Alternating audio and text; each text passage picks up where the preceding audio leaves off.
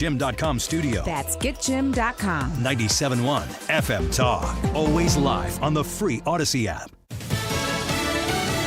He's due in court soon. I'm Lisa Brady, Fox News. An extradition hearing now set for later this hour in Pennsylvania for Luigi Mangion, the 26-year-old accused of killing United Healthcare CEO Brian Thompson in New York City last week. He was spotted and arrested at a McDonald's in Pennsylvania yesterday. Mangion will decide whether or not he will waive his right to extradition. If he decides to fight this thing, it could take up to 45 days. If he doesn't, he could very well be extradited even today. That'll be totally up to the district attorney. Fox's Brian Yennis in Altoona, Pennsylvania, where police say the McDonald's, the officer who made the arrest, and the police department have all received threats since Mangion was taken into custody. The targeting of a healthcare executive getting support on social media. Police still investigating a motive. The motive can possibly be linked to the healthcare industry because in a manifesto that he had in his backpack, according to investigators, Mangion said this: "I state plainly that I was not working with anyone. I do apologize for any strife or traumas, but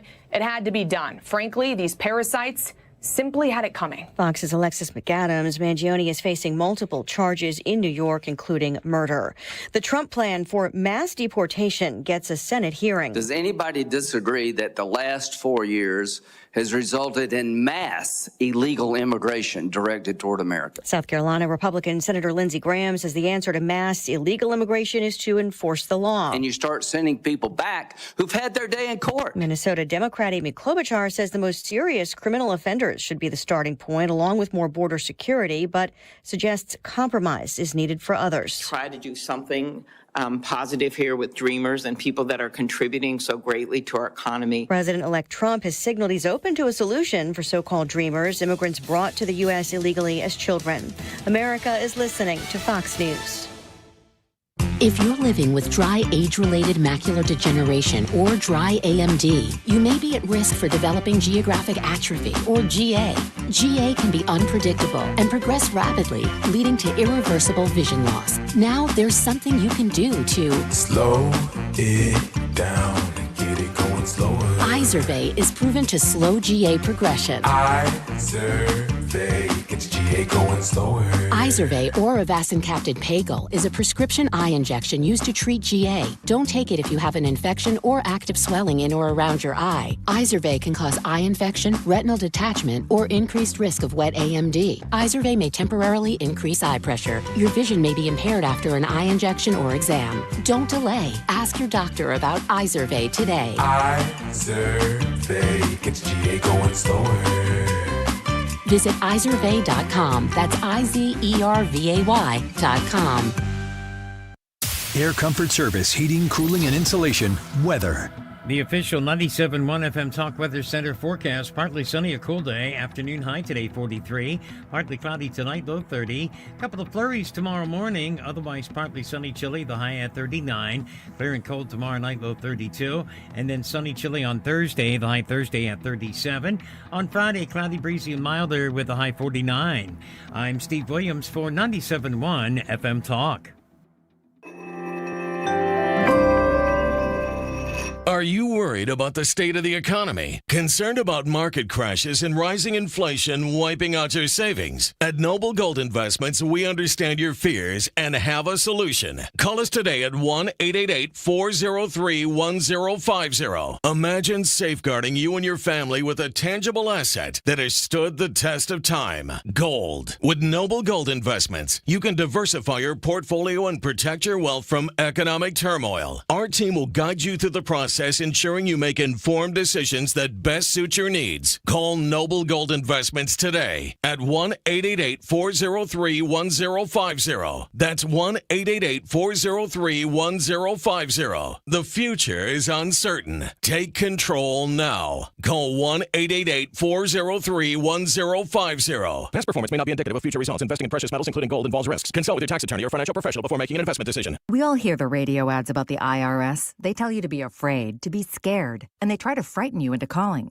I'm not here to do that. Tax Relief Advocates is different. TRA is here to tell you that if you owe money to the IRS, whether it's $5,000, $50,000, or $500,000, we have a solution. It doesn't matter if you're sitting in your car, at work, or with your kids. No matter where you are, call now. 800-699-1059. Don't lose hope. TRA can eliminate or reduce what you owe to the IRS. Generous programs are now available that can give you a fresh start. Our passion is taxes and helping individuals fix their IRS problems. We have over 1,000 5-star reviews on Google and an A+ with the Better Business Bureau. You don't need to be afraid of the IRS any longer. End your tax nightmare today by visiting us online at TRA.com or call 800-699-1059. That's 800-699-1059.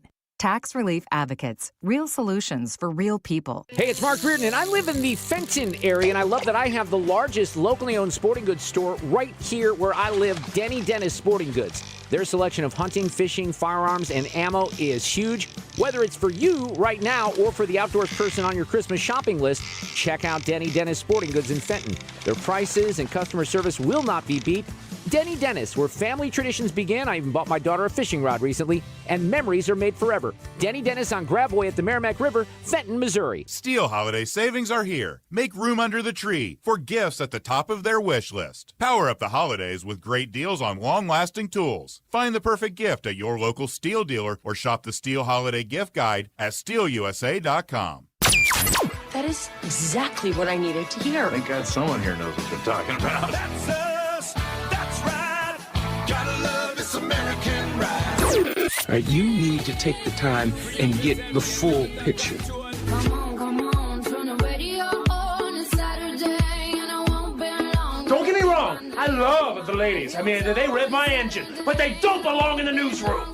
It is Anchor Man, not Anchor Lady. What do you want from me? I'm not America's sweetheart. Goodness sake, kid. Keep your voice down. Your father's listening to the radio. I'm not America's sweetheart. This is the Annie Fry Show. Well, welcome to the Annie Fry Show. It's Tuesday, and it's great to be here. We are going to have a great show for you coming up in the 1 o'clock hour. We're going to talk to Andy McCarthy, and he's going to come on and join us to discuss the Penny verdict. And this is the Daniel Penny verdict coming back yesterday, criminal negligence, not guilty, and then the initial manslaughter charge coming back as they couldn't agree on it. And then my understanding is, legally speaking, that the judge dismissed that charge because they couldn't come to an agreement on it. I've heard that there's a possibility that Bragg could go back and try to prosecute that again, but there is civil litigation that will happen in the wake of Daniel Penny and his chokehold that he put on Neely that caused the death. I guess that's the question of Neely, and whether or not there's going to be some civil responsibilities for Daniel Penny there. All of that set aside, there is now unrest in New York City. Again, predictable, possibly, a shame, absolutely. Have you seen some of these videos of these people who are going up to the podium? Have you seen the one? I don't know that we have the clip here, but I'm not going to play it because, well, let's see. Do you have it? Is it bleeped out and everything, I hope? The clip that I have has no issue with audio or with cut 3. Yeah, that one's bleeped out. Okay, yeah. I want to make sure before we play it. Because to be real, they didn't even try. Once the lesser charge was removed, they came back an hour later and said it was deadlock. Less than an hour and 20 minutes later, they said not guilty. These wonderful white people, I hope they celebrate their Christmas while the Neely family is praying and asking God for comfort. Them and America. GD them and GD America. And this is while she's calling out white people. Can we officially push back on racism in this capacity? This is absolutely racist. Do you know that part of the details of the story of what took place in that subway car, there was an African-American man kneeling down next to Neely, helping him subdue this man. There was a black woman who testified on behalf of Daniel Penny and his innocence. These people are absolute morons and they're dangerous. Yeah, the grifters, excuse me, they're grifters and they don't care. They're intentionally keeping themselves blind to facts. And then even if they do know the actual facts of the case, they're choosing what they want to portray to a lot of low information people to try to basically just rile them up for their own purposes. This is really, really disgusting grifting, and it's lying. It's just lying. They've been deceived, but they haven't done, what is the phrase? The work in order to inform themselves of what is true. Not in this case, and not in the broader sense of what they're advocating for. I think it's really important right now in this moment in time to spotlight these idiots who are trying to sow chaos in the streets of New York City, trying to sow fear in the people of New York City over this incident. They're following a playbook that has been successful in the past, and we now have the opportunity to put our hand up and say, stop, we're not doing that this time. We're not going to stand by and be idly quiet because we're afraid of being called something that we know that we aren't. We are not racists when we say that this is not a racial issue. The people who were there and who were present at the time said that Daniel Penny acted on behalf of the safety and security of the other people there, and he protected people of all skin colors that were present with the help of people of diverse skin colors who were present. And listening to, I just see this in a different light in 2024 than I did in 2020, 2014 here in Ferguson, St. Louis, because it felt very new. It felt like uncharted territory to be having the conversations that we were having then, even though we know here in St. Louis, the hands up, don't shoot lie that you will. I guarantee you could go somewhere, and depending on how big that protest gets in New York City, a hands up, don't shoot sign is going to be somewhere. And that is a bold-faced lie. One of the reasons I'm happy to have such a wonderful 1 o'clock hour here on the Andy Fry Show. Andy McCarthy to start the hour off, and then at 1:25 we're connecting with Senator Schmitt, Senator Eric Schmitt. You want to talk about people who can advocate for the rule of law and the order of society based on the rule of law? The reason why, and this is a big, big discussion that I hope we don't miss having in this moment in time, watching what's taking place leading up to, during, and after the Daniel Penny, is it Jordan Neely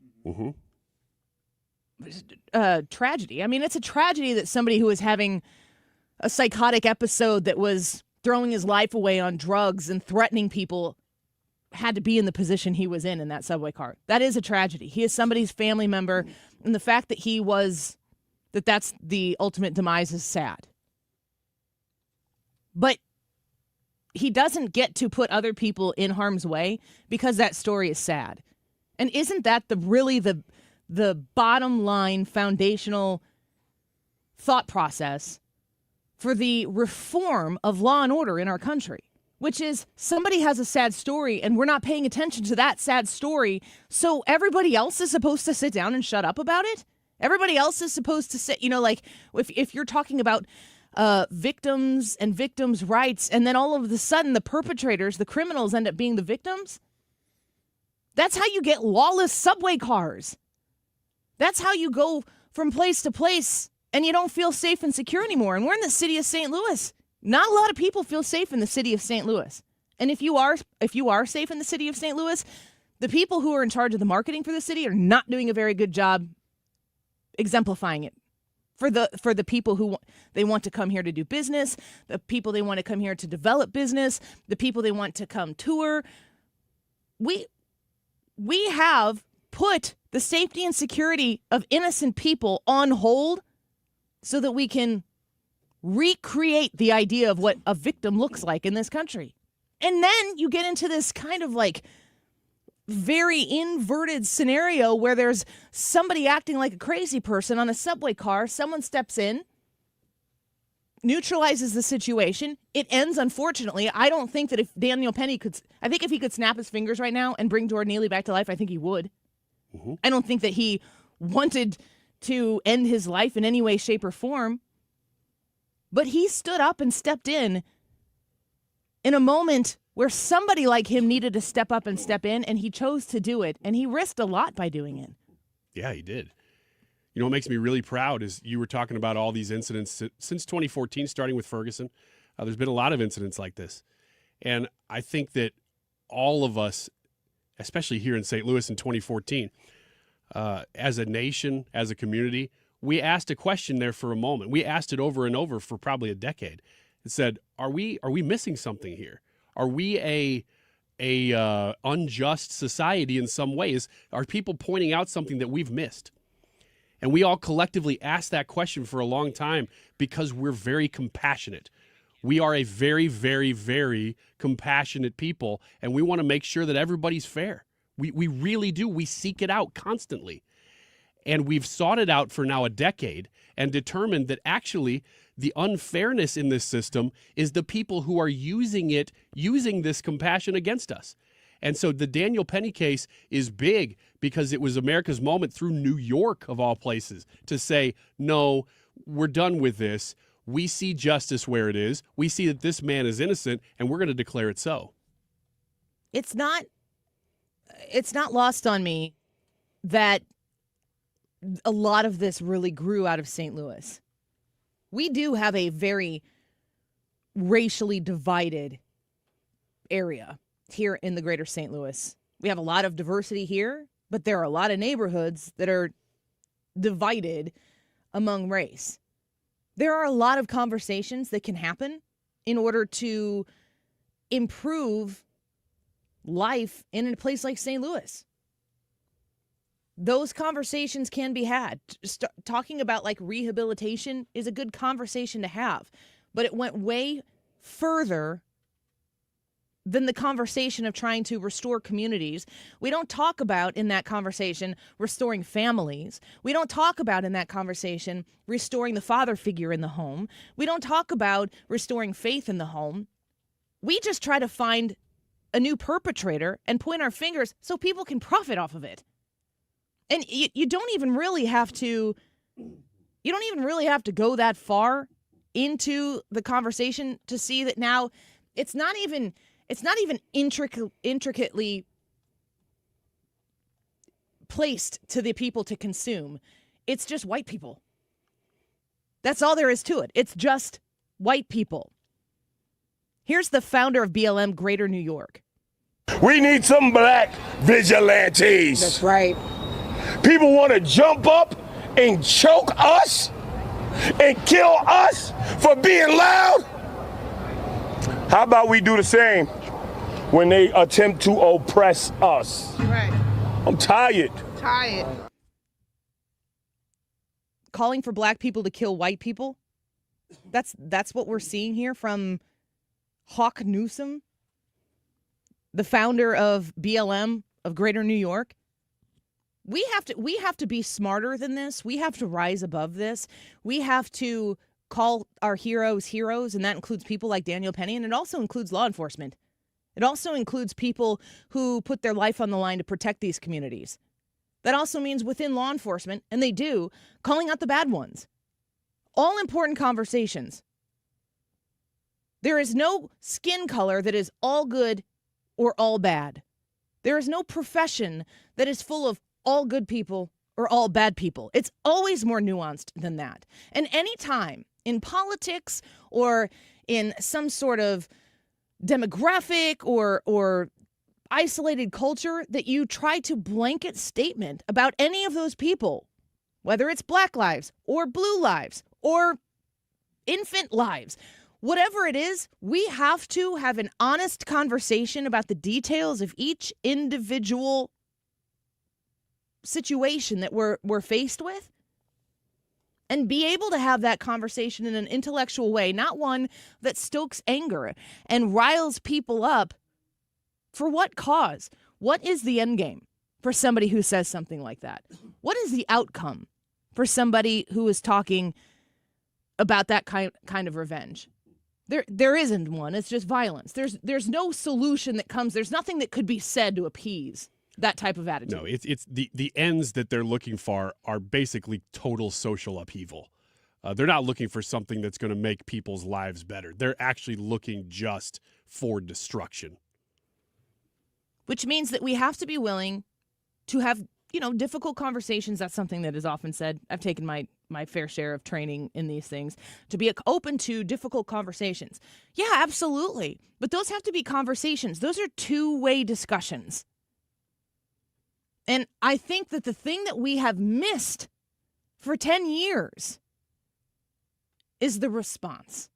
There's been so much silence. There's been so much quiet that has existed behind the pushback from people who have been, in many cases, I think, justifiably angry, frustrated with the status quo. People who look to profit off of those individuals laid deeply in the anger part of it and thought the angrier I can get them, the better it is going to be for me. And no problems got solved. And now we don't have law and order in our streets or in our subway cars.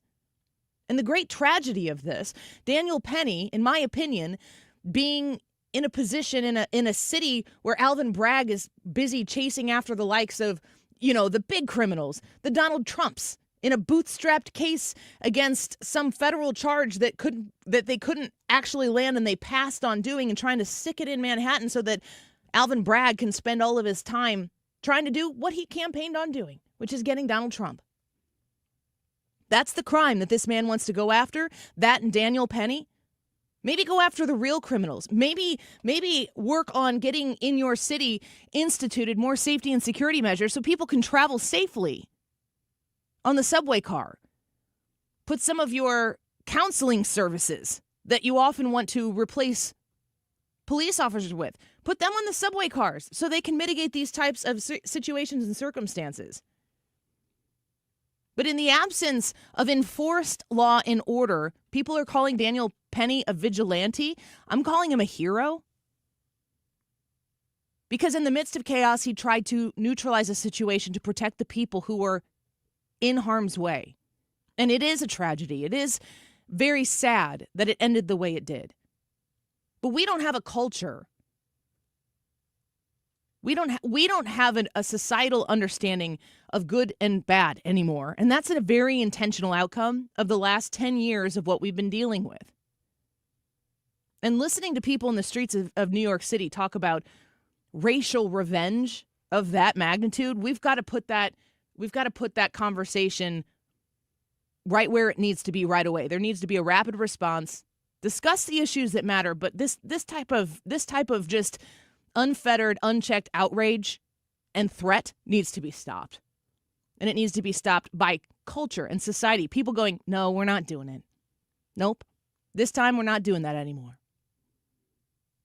There's so many opportunities that we have in the next 4 years. If you're somebody who's happy that Donald Trump won, whatever, there are so many opportunities to walk the walk of the talk that you've been talking for the last 4 years. Opportunities to show up, opportunities to be charitable with, if you don't have the money, with your time. Opportunities to reach into communities that maybe you didn't feel comfortable in before, but trying to figure out how to be a neighbor to somebody in need. Those opportunities are everywhere. And in the midst of 10 years of sitting down and being quiet because you felt like that was the nice, right thing to do, now it's time to, you don't even have to open your mouth, but you do have to move your feet. Put your feet in motion and be helpful and bridge these gaps, these divides, with your actual action. You're going to have an opportunity to do that tomorrow at Ruler Foods in St. Charles. We're going to have our food drive out there. Annual food drive. This is one of my favorite days of the year. Yeah, this is where we get to actually, get out of the studio, which is always a lot of fun, and just go meet with you guys and see good things happening, as we've said many, many times before, not waiting on the government to do good things in our community. Yeah. We're out there doing it. It's on us. Yeah. And we need to show up, and we need to show that we can do that you don't have to rely on money laundering through government taxes in order to find its way back to the people who need it. Your dollar can do a lot more good going to Ruler Foods tomorrow in St. Charles, buying a can of something that somebody else can put on their shelf to feed their family. And that help stays right here in St. Louis. That's the great thing about our partnership with Ruler Foods and this food drive. Everything that we're going to do right here, it's to help our community, and it's through your generosity. So when we come back, we're going to bring into the studio with us Meredith Knopp. I can't wait to talk to her about what the St. Louis Area Food Bank does for people. Missouri and Illinois alike. This is a bi-state region, is it not? How can we come together this holiday season? That smile that you might have on your face a little bit more often these days? How do you give that smile to somebody else? Meredith Knopp and the St. Louis Area Food Bank will tell us next. This is the Annie Fry Show.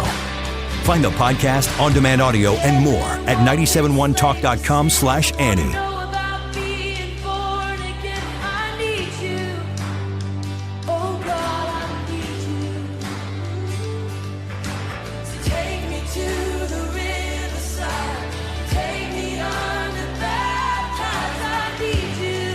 A lot of people, when they come in, they'll say, this is my last hope. The next step is getting them in the right arch supports. Our goal is to have that long-term change for them, to see someone that is in pain. I change things for them. See how we can help you with a free fitting at the Good Feet store. What's it going to take for you to realize the IRS is in full-blown attack mode, and if you have IRS issues, your timely response is critical? Hi, this is Lance Drury with the Lance Drury Law Firm. We certainly know the IRS has ramped up efforts because we're seeing a lot more clients with threats of intents to seize property or levy rights to property. If you have IRS issues, call the Lance Drury firm today. Today, don't wait. Those IRS notices have hard deadlines for exercising your appeal rights. If you miss the deadline, your rights to a legal appeal are gone. Let the Lance Drury Law Firm get between you and the IRS today, and we'll help you manage your case to achieve the best outcome. IRS problems are serious legal matters, so call Lance Drury Law Firm, located right here in St. Louis. Don't wait. Call 314-260-6120. That's 314-260-6120, and schedule your free consultation with me, Lance Drury, or visit LanceDruryLaw.com. The choice of a lawyer is an important decision and should not be based solely upon advertisements. Financial health is more than just really the investments. You have to look at tax consequences. You have to think about legacy planning or generational planning or your healthcare options. Those all go together with your financial health. Join Matt Goolsby for Retire Hour to hear his team in finance, healthcare, estate, and taxes discuss changes in law, strategic planning, and answer listener questions. Submit your questions to be answered live on air at retirehour.com. Retire Hour, Sundays at 7 a.m., right here on KFTK. Honey, bags are packed and in the trunk. Is the car good to drive to Mother's holiday dinner? Yes, dear. Car's good. We have Ox Car Care for their extended car service plan. Ox covers our repair bills if anything happens. We have no worries if any problems come up on our holiday travels. Ox Car Care has our back. I remember. Ox has flexible coverage plans that can protect issues with engine, transmission, brake systems, and so much more. Yep, we don't pay. Ox pays. Ox gets it fixed for us. Joe at the auto shop says Ox Car Care pays them directly, and there's no complicated paperwork. Ox is A+ rated, with already millions of dollars paid out in claims. Right. They handled our claim from start to finish, unlike those other companies. Good call. The last thing we need is an unexpected car repair bill this holiday. The only thing now is, which pie is Aunt Martha making? Drive with absolute peace of mind this holiday season. Call Ox Car Care for your free quote. 800-296-3315. Don't get stuck with a major car repair bill. Call Ox today. 800-296-3315. 800-296-3315 or oxcarcare.com. If you're looking for all the comforts of home plus some in a senior living community, check out Hampton Manor of Wentzville, just off the Lake St. Louis exit at Highway 70. They'll even treat you to lunch. Set up your appointment today and tell them Mark Cox sent you. WentzvilleAssistedLiving.com. You're listening to the Annie Fry Show live from the Air Comfort Service Heating, Cooling, and Insulation Studio. Level up the comfort of your home this winter with either free attic insulation or an air scrubber. With a new HVAC system installation from Air Comfort Service. For details and a free estimate, visit aircomfortservice.com. The Trump presidency is coming into focus. Keep it here for every twist and turn, because the updates are happening fast. 97.1 FM Talk. The vision and strategy for 2025 is here.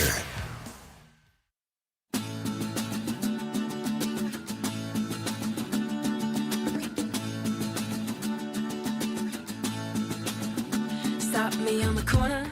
This is the Annie Fry Show. The Annie Fry Show is streaming online. Watch us live on YouTube and subscribe.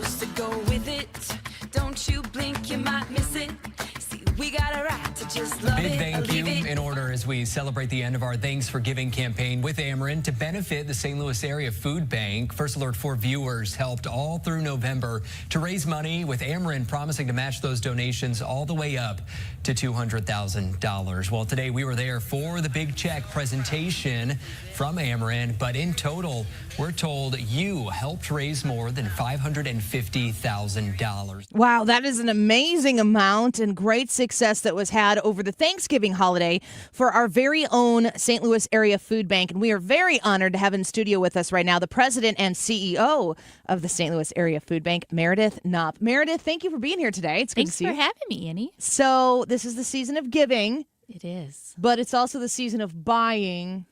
And I can imagine that area food pantries are seeing, is there an increase in people coming to get their pantries full from the local food pantries around the area? There really is. We're seeing a lot of people, a lot of working families coming. They're saying, it works until the end of the month when things are tighter. Yeah. And so we are seeing more people around the holidays who are trying to balance, how you pay those bills, how you pay those property taxes, and provide food for your families. And so it's hard. So the St. Louis Area Food Bank, how long has it been in function here? How did the St. Louis Area Food Bank come together to be such a huge operation that it is now? So we actually were founded back in 1975. So do the math. Next year marks 50 years of service and impact. And so we have been around. We have grown. We serve 26 counties in Missouri and Illinois, almost 600 food pantries. So odds are, if you know of a food pantry, you visited a food pantry, you have one in your church, they probably had food originate from the St. Louis Area Food Bank. So Meredith, when people, I think this is a really key important part because especially, we all three here live in Illinois.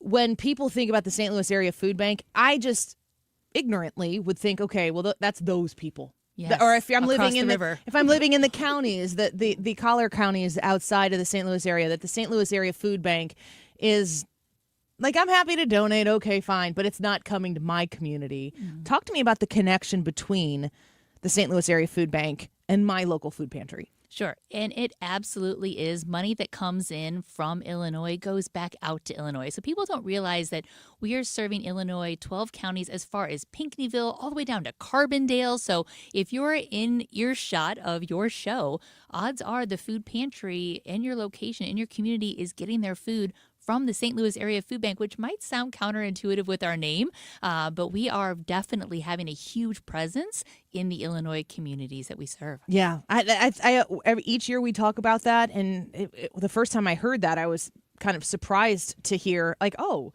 this is like a really gigantic operation and a way for our show specifically to have an impact on such a wide range of communities throughout the course of the St. Louis bi-state area. We're speaking with Meredith Knopp. She's in studio with us. She is the president and CEO of the St. Louis Area Food Bank. Talk to me about what the needs are, because, the things that you can purchase and leave in a food bin somewhere or something like that, there's probably better items to buy than others. Sure. And so we are really focusing on a healthy holiday season. So we're asking viewers to donate those things. We talk about proteins. We talk about, vegetables and fruit that are low sugar, that are low salt, right? We can all have those items, but looking at your pantry, looking at your kiddos, looking at what they want to eat, but making sure that we're choosing those healthy choices. Not that I'm anti-ramen noodle, but really, we don't need to be providing ramen noodles. We want to treat people with dignity and respect. So think of what you would want to serve your families this holiday season, and that's what we're asking people across the bi-state region to donate to the St. Louis Area Food Bank. That might be not the right question for me to ask myself. I was just going to say, and now Ryan Wiggins, you should take some of those tips. Hi, Ryan. I pretty much just want to serve funnel cakes to everybody. Right. You want to spread joy and sugar. Yeah, I just want, like sour worms and regular worms, like both things. But no, I was going to ask you, how long have you been involved with St. Louis Area Food Bank? So I have actually been there. It will be 7 years in February. So that's long enough. Have you seen an ebb and flow to both donations when, times are better versus times are worse? And likewise, does that translate to people in need when times are better versus worse? We certainly have. So the economy and the economic situation has a direct impact to what we see. Now, obviously, COVID affected everybody, That's right? crazy. And so that was just Yeah. the anomaly. We'll just put an asterisk by Right. that. But usually we see in times when the economy is doing well, there are fewer people. There are more people that are employed. There are more people making higher wages. And so less need, which is great for us because then we can focus in on our programming to reach potentially different people. We can focus in on our school markets. We can focus in on transitioning people and transforming their lives so they don't need us in the first place, which is a wonderful thing to say and counterintuitive considering that's my job. Do you hear a lot of, oh, yeah, everybody's heard of you, but it comes time of year like this, people go, oh, yeah, I really meant to do that, and do events like the one we're doing tomorrow really make an impact? They really do. We hit there a lot. People will say like, oh, we know you. We know our food bank in our area. We are the food bank. What they're referring to are the food pantries, which are wonderful partners for us, almost 600 strong. They are the ones who are on the front lines each and every day, and they're getting that information. They're telling us, hey, Meredith, we need more protein. We need more soups. We need more fresh vegetables. We need more dairy. So we're getting our feedback and our data, if you will, from those 600 pantries on the front lines in Illinois and Missouri. And they're the ones who are telling us what we need, and they're the ones who are helping us make those strategic decisions. So food drives like tomorrow are critical because they are going to help stock pantries during the holiday season. Meredith, there's a kind of person that comes into my head when I think about people who are in need. And yet, so I have some rental houses, and so I have a lot of people who are asking about this. And so I see credit reports and I see stuff, people's economic situations that I wouldn't usually in just a job like this, but I see where they're at. And these are not like people that are in my head that need food. We're talking about people who are just living regular lives, but the cost of everything has gotten so out of control that they've almost lost the ability to kind of manage their household. And so is that where you're seeing people stepping up to you who maybe not in the past wouldn't have been saying, maybe I need to go to a food bank to kind of make ends meet this month? Sure. And we see that a lot. We see people who are working a full-time job or multiple jobs. We're seeing people come to us. Maybe they had a car accident. Maybe they had an unforeseen medical situation, right? Medical costs are astronomical, right? And so people who don't plan for that, they go for a checkup and all of a sudden something isn't right, and now they need medical care. These are people who are coming to us because when you have to make those impossible choices, do I pay for the medicine that is quite literally going to save my life or save my child's life, or do I put food on the table? We don't want anyone to have to make those impossible choices. We're speaking with President and CEO of the St. Louis Area Food Bank, Meredith Knopp, in studio with us. So we are going to be broadcasting live for our annual Christmas food drive at Ruler Foods in St. Charles. It's tomorrow from noon to 3. And we really want an obnoxious amount of donations. I'm just going to put it out there. Let's go for it. It needs to be gratuitous, overflowing. To put it in Quick Rick's words on the YouTube live chat, tell them to get all their backroom stock out on the shelves before we get there tomorrow. That's from Quick Rick. And we have really, really been overwhelmed with the generosity of the Annie Fry Show audience. Everything that we do tomorrow is going right back into the community through the St. Louis Area Food Bank. Meredith, can other people, if they're interested in doing a food drive, maybe through a network of churches or community centers, how do they connect with you in order to set those types of things up? Well, the answer is yes. I would ask anyone to visit our website, stlfoodbank.org, and there are drop downs there. You can either give food, give funds, or give your time. So those are the three things I tell people we need any day. Hunger doesn't take a holiday, so food, funds, and friends. And people can sign up to have their very own food drive. They can get online. They can actually see a list of our most needed items. And it is so easy to do that. They can do it on their own if they want us to drop off food collection barrels. We're happy to do that. And at the end, we actually will weigh that food and tell them the impact that they have personally made. And so I think that's the difference with the St. Louis Area Food Bank with other organizations is people can see that. And then we invite them to come out to a distribution, see the people who are on the receiving end, see the gratitude, feel the hugs, see the emotions of the kiddos that are going to get that wonderful food for the holidays. And they don't have to wonder, instead of saying, what's for dinner, it's Is there anything for dinner? Those are very different conversations that nobody in the bi-state area should have. It's a really important thing for people to understand the different ways that you can help, and you can sign up to have your own food drive. But also, I want to make sure that people understand, I have done this. 97.1 and our sister stations went to the St. Louis area food bank. We learned how to do the whole assembly process, and we put together packages, boxes. I think we did it around the Thanksgiving holiday when we went. But it was a really fulfilling, really wonderful team activity. So if you have an organization, a group, if you want to take your office, you can go to stlfoodbank.org. That's stlfoodbank.org and learn how to sign up to do this process and very quickly make a difference. Did you have something you want to say, Brad? Yeah, it was along those lines. I'm a youth pastor as well as a producer, and I was wondering, are there opportunities, like she was talking about bringing a group, is there opportunities there to bring younger people to come and help? Yes. And so children as young as 5 years old. When I started back at the food bank, my daughter was in kindergarten. And so she has been a part of the food bank family, and now she's in 7th grade. So kids as young as 5 can come with their families. Don't drop off your kids. We don't want to do that. Right? Come with your families and make it a family event. Might be onto something. Annie, I see your wheels spinning. Hold on a second. Wait. Right? When you say kid, what age are you talking about? Yeah. Young at heart, right?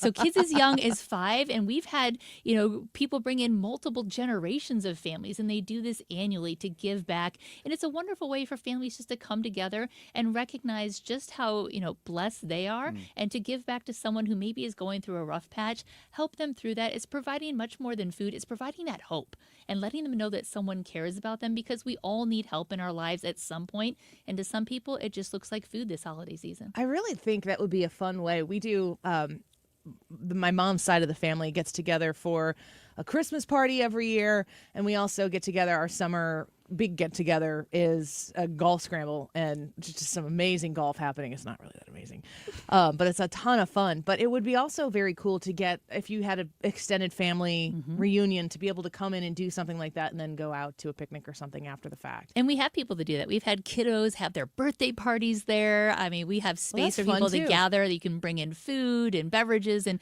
just have a good time gathering and doing something good for somebody else this year. Got so many ideas right now. they all revolve around you, Ryan.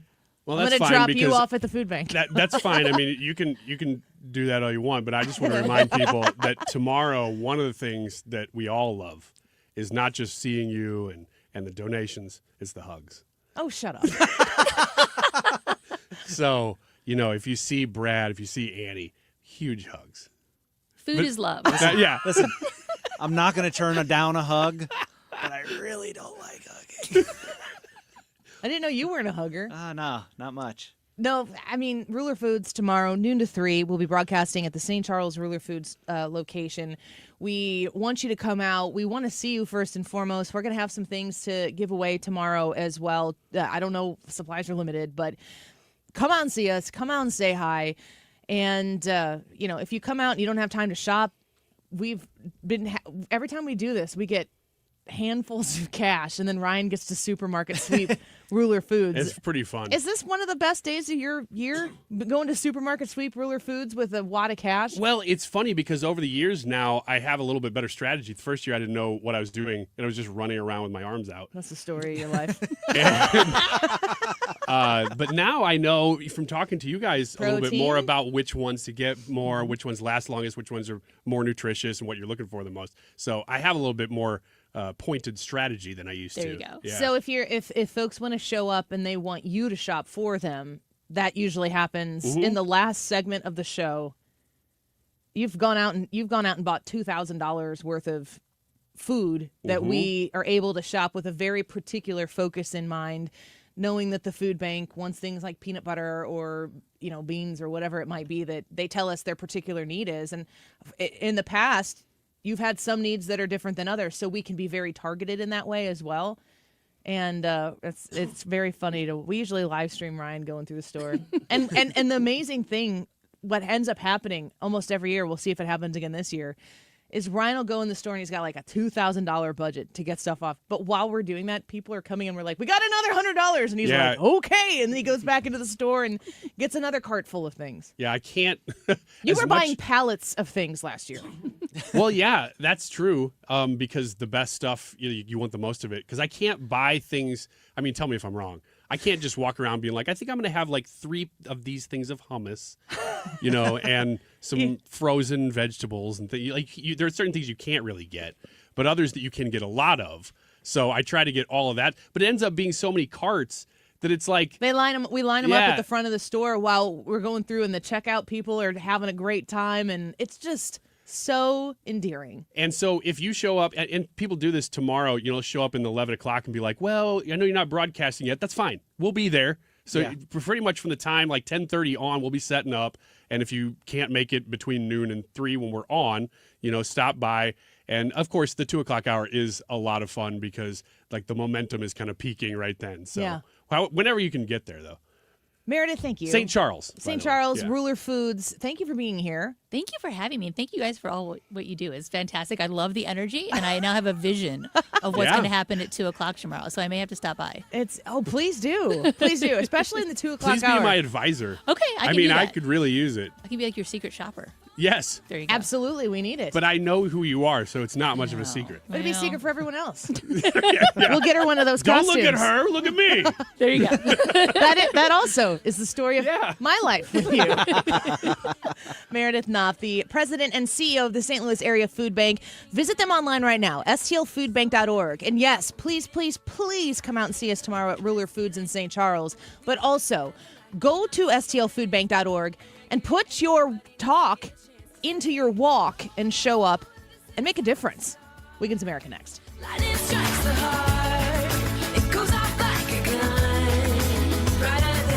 This is the Annie Fry Show. Find the podcast, on-demand audio, and more at 971talk.com/Annie. Brighter than the sun.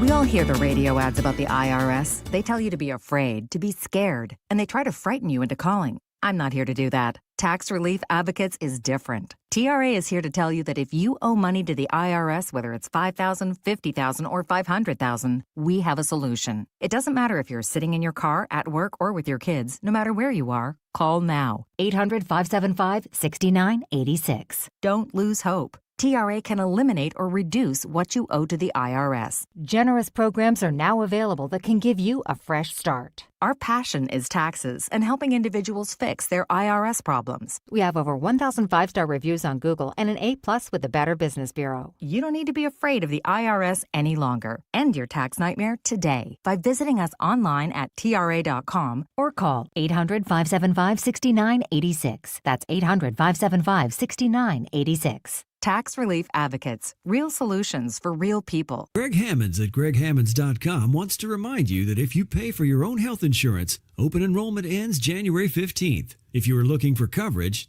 do not go online looking for quotes. You'll get endless calls from call centers and they will not stop. Instead, call Greg, an expert with over 40 years experience, and he can provide sound advice for your health insurance needs. Their plans, if you qualify, let you pick your doctors, and it's 30 to 60% lower cost than Obamacare. The monthly premiums are independent of your income, so there will be no surprise tax bills. If you pay for your own health insurance, own a small business, you're uninsured, you're on COBRA, or your employer coverage is just too expensive, call Greg at 314-794-7784. That's 314-794-7784. Or go to greghammonds.com. That's greghammonds.com. They will custom design a plan managed by you, not the government. Stewart's American Mortgage, bagel loan. What does the bagel loan mean? Why would you name a mortgage after a breakfast item? Well, it's pretty simple. It's kind of silly, but it's easy to remember. Bagels look like zeros, and you pay zero in closing costs when you get a mortgage with the bagel loan at Stewart's American Mortgage. It's really that simple. Those fees, they don't exist. And I have told this story before on the air, and I will continue to do it because it continues to happen. People ask me about the bagel loan on the side, like in my personal life, and they're like, okay, what's really the deal here? Guys, I'm not lying to you. This is legit. It's straight up. I've done it twice myself. There are no closing costs associated for you on a bagel loan mortgage at Stewart's American Mortgage. So if you prefer to pay closing costs, then go with whoever you've been recommended to. Otherwise, if you'd like to know how to not pay any closing costs, which can be thousands of dollars back in your pocket, you need to call or text Stewie at 314-324-4440. That's 314-324-4440. Google the Bagel Loan, NMLS number 226715. You're leaving for work, but the garage door won't open. Is it the opener? Is the spring broken? Now you're late and your car is trapped. Well, don't panic. Overhead Door Company of St. Louis is here with same-day emergency service. They won't leave you stuck. The original Red Ribbon Garage Door Company, trusted in St. Louis since 1926. Call 314-781-5200 or schedule online at overheaddoorsstlouis.com. Hey, it's Mark Reardon. If you're nearing retirement or already retired, call my friends Thomas Helbig and Bob Kershaw with the Retirement Advisory Group. They'll show you how linking to the market is much safer than owning the market for your retirement savings. They're the official financial advisors of my show. Go to retirementkey.com. We're giving away Cardinals gift packs all this week, and we're actually giving away 2 today. So stick around for multiple chances to win your way into Cardinals games this coming season multiple times, because each one of these gifts is a gift pack with multiple tickets in it. So stick around for those giveaways during the Andy Fry Show today. 12:50. This time check is sponsored by Jerry Kelly Heating and Air Conditioning. It's time for a $98 furnace tune-up. It's Kim St. Ange, and we've got your chance to win big. Listen to the Mark Cox Morning Show all this week for your chance to see Styx and Kevin Cronin at the Hollywood Casino Amphitheater. That's this week from 5 to 9 on the Mark Cox Morning Show right here on 97.1 FM Talk. This is the Annie Fry Show. Holy night, the stars are brightly shining. It is the night of our dear Savior's birth. Is this Carrie? Sure is. Rockmouth. Long lay the world in sin and error pining, till he appeared and the soul felt its worth. I don't love that Brad's videotaping Keep this. going. Put your phone down. Because you Put your can't phone down. hear on the phone. Put your phone what down, I'm- Brad. Just Okay, he's thank you. done. Now go. Give the people what they want, Ryan. Specifically me. Yonder breaks a new and glorious morn. All right now. Fall your knees. Oh, This is Ethan's first time. This is the Christmas tradition. Hey, it's the money shot. Now let's go.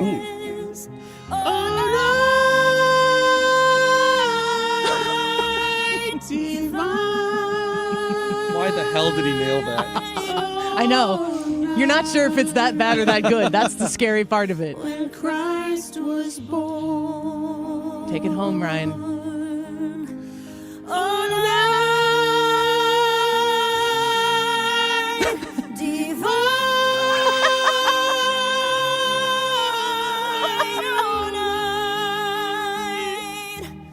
Oh, night divine. Thank you. I don't kid around. Genuinely, genuinely, no words, no words for that. Amazing. It's strong. I don't. You get older. Stevie Nicks has this problem. What? You can't hit all the range that you used to. So my vocal coach has been telling me to focus more on Mark Cox. my bread and butter. Yeah, Mark Cox. Which is what? What's your bread and butter? Falsetto. And so I have been. You're not sure if it's that bad or that good. That's the scary part of it. This I don't like. Home, Ryan.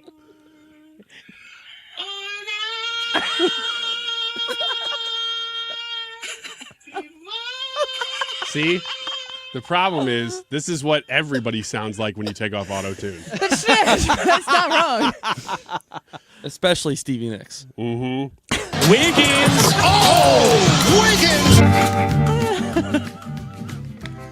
That actually is a Christmas tradition. It's a Christmas we do staple. that once a year at least, around I said this to time. Ethan today, I said, we need a Carrie Underwood version of A Holy Night. It's time. And he's like, I could do it today if you want. It's like, Mm-hmm. no time like the present. Could have done it tomorrow at Ruler Foods. No. Now that would have been something. Something. See, We never get invited back. Only you guys are in the studio. At Ruler, everybody gets to hear Well, the version. would you have done it if it played tomorrow? No, I don't think so. He sure would. I think that if maybe I had pulled in a few of the Ruler's workers with me as like a background choir, Like a and they were choir? holding candles, then yes. These are wellness tips to help you have a great week. We're going to run all the way through these here in about a minute and a half. How good is this segment? It's not. Well, then we won't punt. It's not very good. Well, You already peaked. That's not true. There is some interesting stuff here. Wellness tips that You want to give us a tease and we can revisit? I think I do. You just said it's not a good segment. It's not, but we can really spit shine some things here. Blowing your nose the right way, for instance. Did you know there's a wrong way? No, I don't think I did. You're going to in the 2:00 hour. Have you ever heard of retro Everyone's walking? going to be real nervous to blow their nose in the 1:00 hour. In the 1:00 hour, if you blow your nose wrong, That's on you. it's I okay. just blew because my nose before I came in studio. Well, we got And some now I'm tips really for you. nervous if I messed it up. Yeah, we got some tips for you. Okay. Did you blow it? Retro walking. There's ways to walk now that people used to walk. And it's kind of coming back. I think your first assessment of the segment was probably the right one. Nailed it. A musical treadmill workout. And then just some things that you can maybe bring to your next Christmas party. Some trends and things that you can bring to Christmas parties, make everybody love you. Are they Foods. healthy things? Because you know Yeah. what people really love is when you show up with the health food. They are. They're healthy things, but they're also tasty. They're not just good for you. They're good. It's not like those chalky bars that they're like, these are good for you, and you're like, I hate them though. You know anybody who's vegan? Yeah. Yeah. Have you ever had them come to you and be like, it tastes just like normal, but it's vegan, and then you taste it and it's like doesn't even taste like food? No. Oh yeah. Do you fake that it's good? No. 'Cause I usually, don't think Ryan could fake it if he tried. yeah. No, I don't think you could try. I actually one time. This is a longer story than we have time. But also one time, in the 2:00 hour. I Pretty tried soon we're going to be doing the 3:00 hour. For some Mark Reardon. health chips at a Blimpies. No. And I Blimpies. and I was like, why did I eat these? These are terrible. And I went up to the clerk and I'm like, listen, these are the worst things I ever put in my mouth. These are a lie. And, yeah. And he was like, this is a little too intense for me right now And working then at Blimpies Blimpie. went out of business. Yeah. Thanks, Ryan. I guess Because of that? Yeah, I think so. Let's talk to Andy McCarthy and Eric Schmidt next. It's Mark Reardon for my friends at Zero Res. Here's a question for you. You need to answer honestly. Is your home ready for the holidays? If you haven't had the carpets cleaned in a while, the answer is no, and this is the time to do something about it. And I have a great offer from my friends at Zero Res right now during the month of December. I've had Zero Res in my home so many times over the last decade. Unfortunately, a lot this year because of pet accidents. They can always help you in a pinch. But for some overall cleaning, getting your home ready for the holidays, maybe getting the gunk out of the air ducts, this is a great time to do it. Call Zero Res at 314-474-2020 or book online at ZeroResSTL.com. And the offer, when you mention my name or 97.1 FM Talk for the month of December, 3 rooms starting at $129, $75 off your air duct cleaning package. They have great customer service, a ton of crews, and the legendary 30-day Gotta Love It guarantee. Book your appointment today. You spell it backward or forward, it spells the same. Zero Res. Call 314-474-2020 or online, ZeroResSTL.com. STS Armory is the place to go for your firearm needs, your ammunition needs, your accessory needs, your safe needs, your security needs. I'm trying to think of, that's like, I'm listing everything I've done. Your education needs from a conceal and carry class. Just took my conceal and carry renewal course with Jesse and Katie Johnson, the owners at STS Armory, and they have a lot of really exciting things happening here in the next few weeks. They get to move into their brand new location, but they are still located at this point in time at 4127 South Drive in Pontoon Beach, Illinois. They're kind of in transition. They're getting ready to go into the new place, but your Christmas needs will be met at STS Armory when you go and shop there this afternoon, if you so choose. Reach out to them at 618-931-GUNS, 618-931-GUNS, and start the conversation today. If you need help with a FOID card, if you don't know what a FOID card is, but you'd like to own a firearm to protect yourself, bring all those questions with you. You can find them online at sts-armory.com. We all hear the radio ads about the IRS. They tell you to be afraid, to be scared, and they try to frighten you into calling. I'm not here to do that. Tax Relief Advocates is different. TRA is here to tell you that if you owe money to the IRS, whether it's $5,000, $50,000, or $500,000, we have a solution. It doesn't matter if you're sitting in your car, at work, or with your kids. No matter where you are, call now. 800-699-1059. Don't lose hope. TRA can eliminate or reduce what you owe to the IRS. Generous programs are now available that can give you a fresh start. Our passion is taxes and helping individuals fix their IRS problems. We have over 1,000 5-star reviews on Google and an A+ with the Better Business Bureau. You don't need to be afraid of the IRS any longer. End your tax nightmare today by visiting us online at TRA.com or call 800-699-1059. That's 800-699-1059. Tax Relief Advocates. Real solutions for real people. KFTK FM Florissant. From the Under Law Injury Lawyers, GetJim.com studio. That's GetJim.com. 97.1 FM Talk. Always live on the free Odyssey app. He shouted on his way into court on Lisa Brady, Fox News. That's Luigi Mangion a short time ago, shouting about an insult to the intelligence of the American people as police hustled him into a courthouse in Pennsylvania, where he was spotted and captured yesterday, facing murder and other charges in New York City for last week's killing of United Healthcare CEO Brian Thompson. The first step is an extradition hearing where he'll decide whether to fight or return to New York, which would delay the process. A Senate hearing on the possibility of mass deportations of illegal immigrants under the incoming Trump administration. South Carolina Republican Senator Lindsey Graham said people who are here illegally should get ready to leave. If you're a criminal, we're coming after you first. If you've been paroled illegally, we're not going to give you the roots to attach yourself to our country because you should not have been here in the first place. He said he did hope to find a way to help dreamers stay, people who were brought here illegally as children. Democratic California Senator Alex Padilla said his party supports deportation of violent criminals. However, the mass deportation Donald Trump is describing will be disastrous to our economy. He said undocumented workers make up about half of our agricultural workforce and 15% of our construction workers. Fox's Jessica Rosenthal. President Biden says he's hoping the Trump administration will build on his economic progress. Most economists agree the new administration is going to inherit a fairly strong economy. He says too many families are still struggling with high prices, but that his administration laid a strong foundation and that the pandemic helped fuel inflation around the world. With the outcome of this election, we also face an inflection point. President Biden in a speech at the Brookings Institution arguing the Trump agenda risks sliding backwards and hurting the middle class. The president-elect says that is what the Biden economy did. America is listening to Fox News.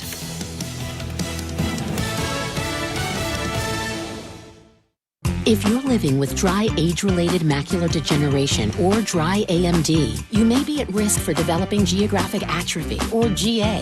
GA can be unpredictable and progress rapidly, leading to irreversible vision loss. Now there's something you can do to slow it down and get it going slower. Izervay is proven to slow GA progression. Izervay gets GA going slower. Izervay or avacincaptad pagel is a prescription eye injection used to treat GA. Don't take it if you have an infection or active swelling in or around your eye. Izervay can cause eye infection, retinal detachment, or increased risk of wet AMD. Izervay may temporarily increase eye pressure. Your vision may be impaired after an eye injection or exam. Don't delay. Ask your doctor about Izervay today. Izervay gets GA going slower. Visit Izervay.com. That's IZERVAY.com. Air Comfort Service, heating, cooling, and insulation, weather. The official 97.1 FM Talk Weather Center forecast, partly sunny, a cool day. Afternoon high today, 43. Partly cloudy tonight, low 30. Couple of flurries tomorrow morning. Otherwise, partly sunny, chilly, the high at 39. Clear and cold tomorrow night, low 32. And then sunny, chilly on Thursday, the high Thursday at 37. On Friday, cloudy, breezy, and milder with a high 49. I'm Steve Williams for 97.1 FM Talk. Wesley is a truck driver. I drive a truck, and I love what I do. A truck driver with IRS troubles. They told me I owed them $43,000. It got really bad. Quite a few letters in the mail. They were talking about wage garnishment, coming after my house, my car. Yeah, they don't play around. I seriously thought that I was going to lose everything. One sleepless night, Wesley finally made a call to Optima Tax Relief at 2 a.m. Kind of figured I'd get a machine, but I didn't. I actually got to talk to an actual person in the middle of the night. He found just what he was looking for. Oh, they were great people. You need a team of people that know what they're doing. Optima Tax, they know what they're doing. Optima Tax Relief came through with flying colors. I saved an incredible amount of money. Happy don't even come close. I was absolutely overjoyed. Take Wesley's advice. If you're in any kind of trouble with the IRS, call Optima Tax Relief. Don't trust anybody else. Call Optima for a free consultation. Call 800-987-6122. 800-987-6122. 800-987-6122. Optima Tax Relief. Some restrictions apply. For complete details, please visit OptimaTaxRelief.com. This is the giving season. So on the Annie Fry Show, we're turning our attention to the St. Louis Area Food Bank. Join us for a special live broadcast and food drive at Ruler Foods this Wednesday. Together, we can make a real difference. This Wednesday at Ruler Foods in St. Charles. That is exactly what I needed to hear. Thank God someone here knows what they're talking about. That's us. That's right. Gotta love this American ride.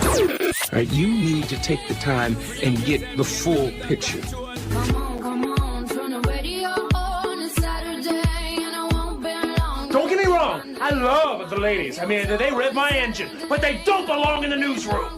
It is Anchor Man, not Anchor Lady. What do you want from me? I'm not America's sweetheart. Goodness sake, kid. Keep your voice down. Your father's listening to the radio. I'm not America's sweetheart. This is the Annie Fry Show. Welcome back to the Annie Fry Show. Thank you for being with us. We just got done speaking with the president and CEO of the St. Louis Area Food Bank.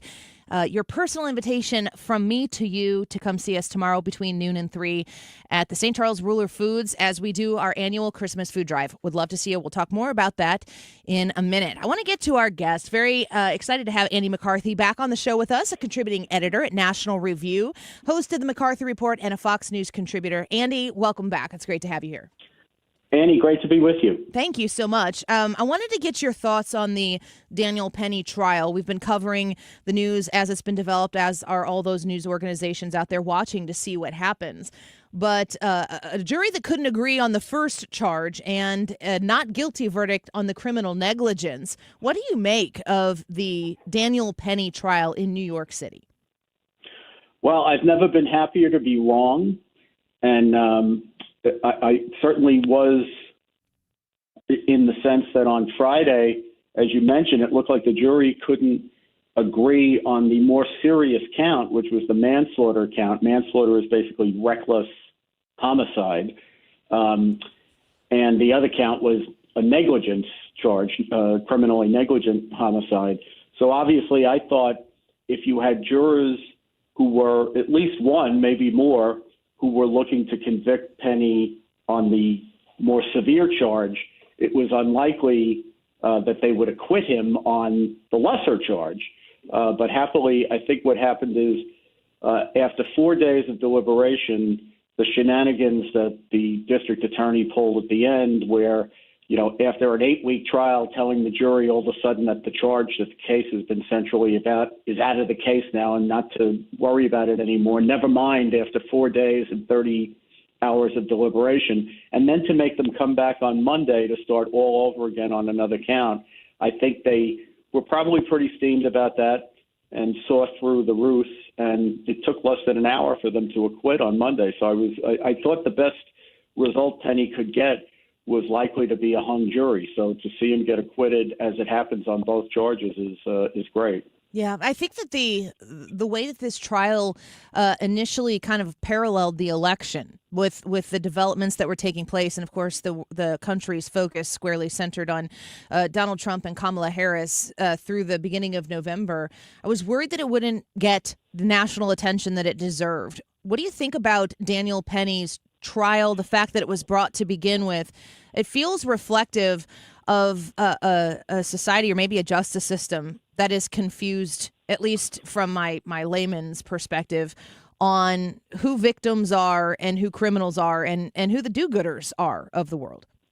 Yeah, look, you're right about that. I grew up in New York City, and I was a prosecutor, a federal prosecutor, not a state prosecutor like the guys who brought this case. But I was a federal prosecutor in Manhattan for many years. And when you're making decisions about exercising prosecutorial discretion, which prosecutors do in every case, right? Because in our country, you're not required to file criminal charges just because you're aware of criminal evidence. Prosecutors always have the discretion whether to bring the case or not, and that usually is a weighing of the public interest in going forward with the case versus other public interests. Here, not only was this a weak case, we're dealing with somebody who had a profound justification defense and who conducted himself heroically. But, you know, in New York, you have about 9 million people and fewer than 34,000 police. So normally, you know, when there's police presence, people don't commit crimes.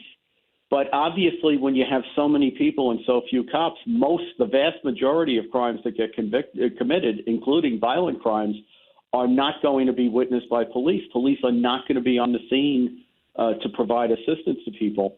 And if valorous people who are capable don't come forward or feel like they're going to get in more trouble than it's worth to intervene when vulnerable people are under a threat or worse, are being attacked violently, the city becomes unlivable. It becomes very unsafe because if those people can't come forward and the police aren't there, then that means the criminal element runs the streets. And I don't think as a prosecutor that's acceptable. Yeah. We're speaking with Andy McCarthy, Fox News contributor, a fellow at National Review Institute. I think about, you know, if you're going to have a civilized society, those societal expectations have to have a pretty clear view on what is right and wrong. And there's always some gray area there or context that makes it a little more complicated than the black and white of it. But when I think Americans, and I assume those people living in Manhattan, look at what Alvin Bragg's attention is focused on, when we see in the wake of the United Healthcare CEO Brian Thompson's murder, I mean, I don't know what this suspect, I don't understand how this is unfolding right now, but what I see surrounding this story is people who are forgetting that Brian Thompson is a father, is a human being, and he was gunned down, and somehow or another it's kind of just like a passing detail in a larger conversation about something that they used to justify this horrendous murder. It just seems like for somebody like you who's invested in prosecuting crime and understanding the rule of law, which establishes and maintains order in a society, everything seems to be a little bit upside down right now.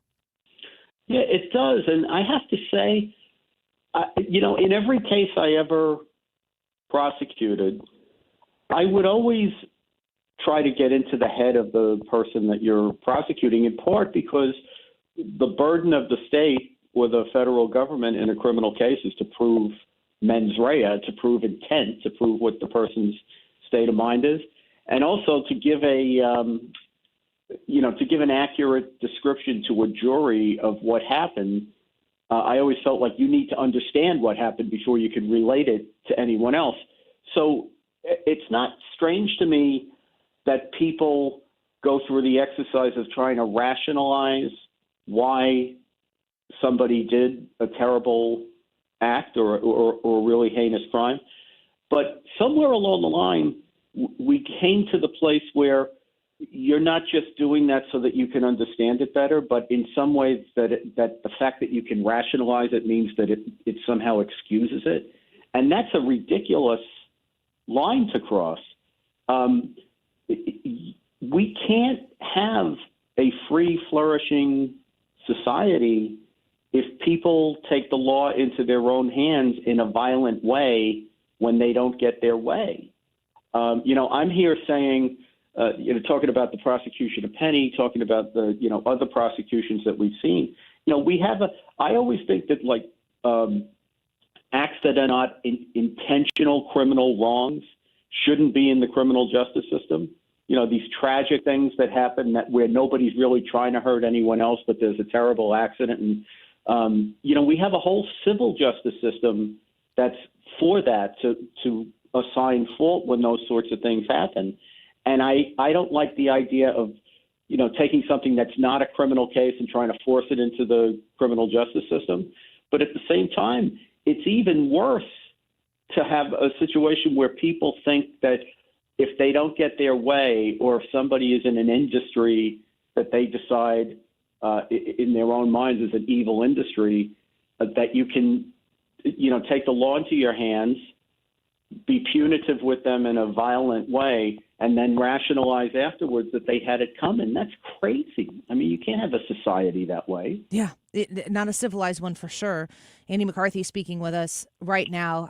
We've had many conversations over the course of the months of time that Donald Trump has been trying to fend off some of what a lot of people refer to as lawfare. I think that the justice system on the whole, the conversation surrounding it has been very politicized. And Donald Trump coming in and naming people and nominating people into these positions where they can affect some change to level it out. It would be inappropriate for Donald Trump to swing the pendulum over to, the Republican side of lawfare. I don't think any Americans want to see that.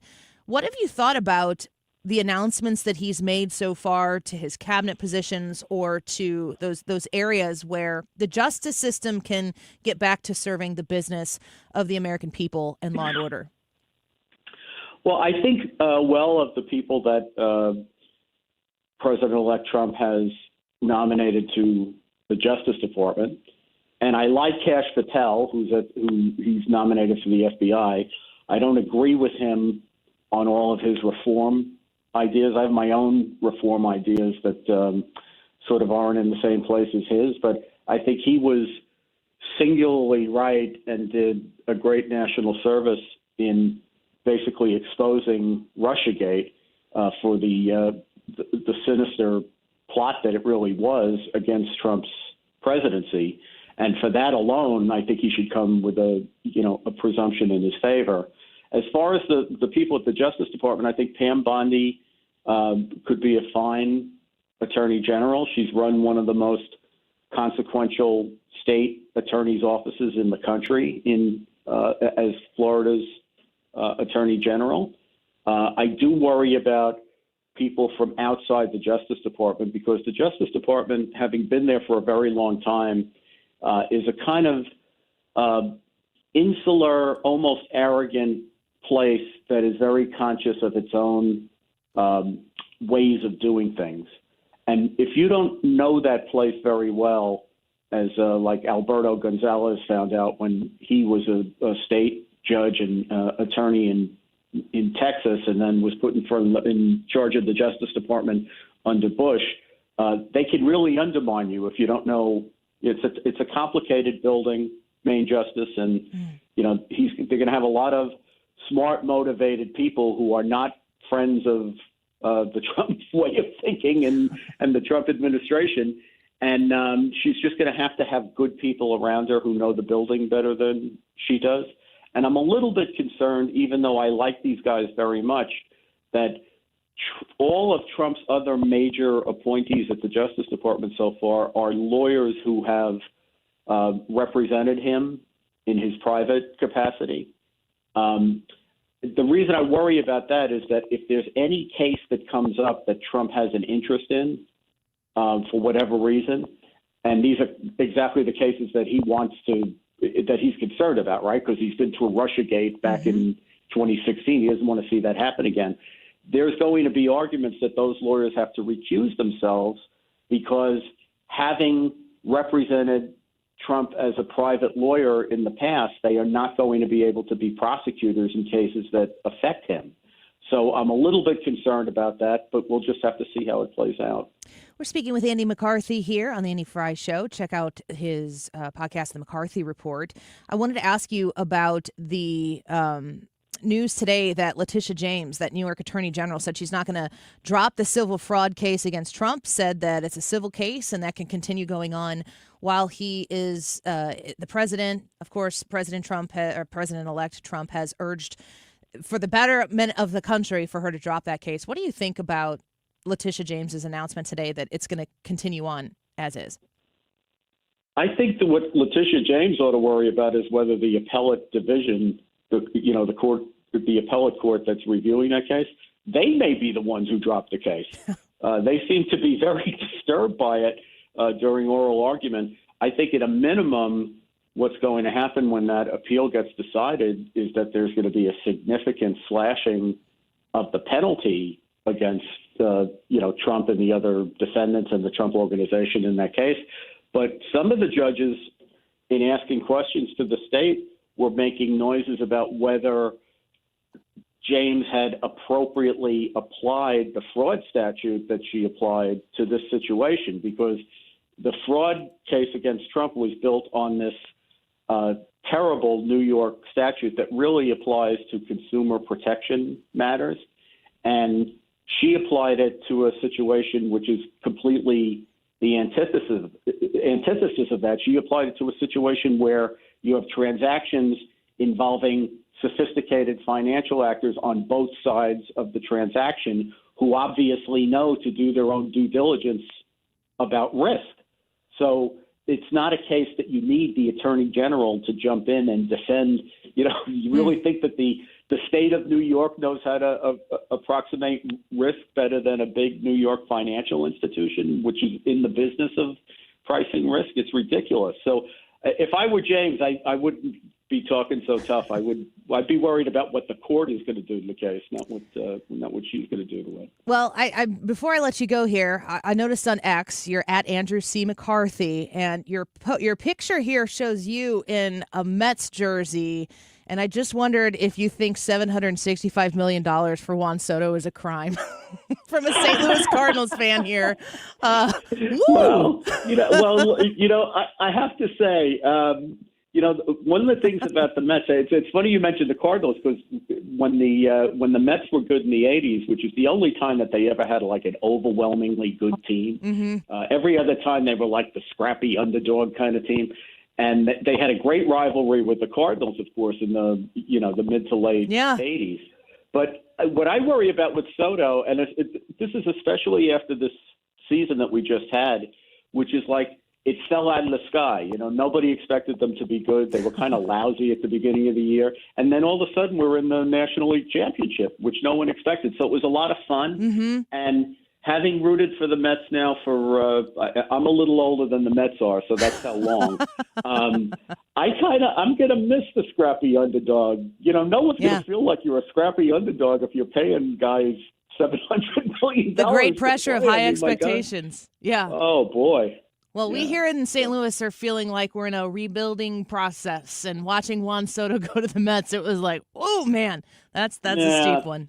That's a great organization. If they're down, they're never down. They're never down for like more than a year or two, and then they're right back. So we're gonna try to apply the scrappy the 2024 scrappy Mets philosophy next year. I think we'll see how it goes. Oh, that's great. The scrappy is only cost you about $400 million, I think now. So yeah, it's very economical.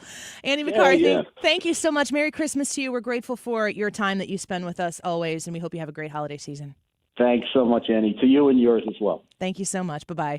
Andy McCarthy, Mets fan. We won't hold it against him. And I refrained from saying pond scum right there. Did you see how well I handled that situation? Do the Mets, they know that. Mets fans know that we called him pond scum, right? That's obvious. I think so. It was an insult. It's part of the rivalry. It's the last time we ever interview Andy McCarthy. We're going to inform New York. It's not like New York's paying a lot of attention to what St. Louis is doing. I had to ask him that question there. Contributing editor at National Review and Fox News contributor. We got to get out of here because when we come back, your Senator, Eric Schmitt, and my adopted Senator, Eric Schmitt, on the Annie Fry Show to talk about the Senate. What is the Senate going to look like with Donald Trump being the president? Is the Senate going to confirm Pete Hegseth, Kash Patel, this whole host of people that have to go through senatorial confirmations? Eric Schmitt will weigh in on that on the Annie Fry Show next. This is the Annie Fry Show. Find the podcast, on-demand audio, and more at 971talk.com/Annie. Hey, it's Mark Bearden for New Perspective Senior Living in Weldon Spring. This brand new facility offers state-of-the-art independent or assisted living and memory care, and now has holiday specials on select apartments. Visit npseniorliving.com or call today to schedule a free lunch to experience senior living redefined for yourself. In Missouri, farming isn't just a profession. It's a purpose. You can feel it in our 27 million acres of farmland. You can see it in the nearly 41,000 Missourians who work in agriculture. You can hear it at our farmers markets. You can count it in the $93.7 billion it brings our state. And you can taste it at your family's dinner table. A lot of farmers in our state rely on Bayer's tools and inventions because Bayer has a purpose too. To help farmers thrive. Learn more at go.bayer.com/purpose. Paid for by Bayer. Prescription products require completion of an online medication consultation with an independent healthcare provider through the LifeMD platform and are only available if prescribed. Subscription required. Individual results may vary. Additional restrictions apply at lifemd.com. Read all warnings before using GLP-1s. Side effects may include a risk of thyroid C-cell tumors. Do not use GLP-1s if you or your family have a history of thyroid cancer. Should GLP-1 weight loss medication like Wegovy and Zepbound cost hundreds of dollars? We don't think so. TryLifeMD.com helps provide insurance access to the leading GLP-1 medications. Visit TryLifeMD.com to get your free insurance benefits check and see your eligibility in minutes. Listen to Tara's story after losing 42 pounds. You just take your shot. It doesn't feel like you're on a diet. What I wasn't expecting it to do was to shut off the food noise. I've gone from 237 to 195. This was life-altering, and if I can do it, I feel like anybody can do it. Get started right now with your free insurance benefits check and see your eligibility for coverage in minutes at TryLifeMD.com.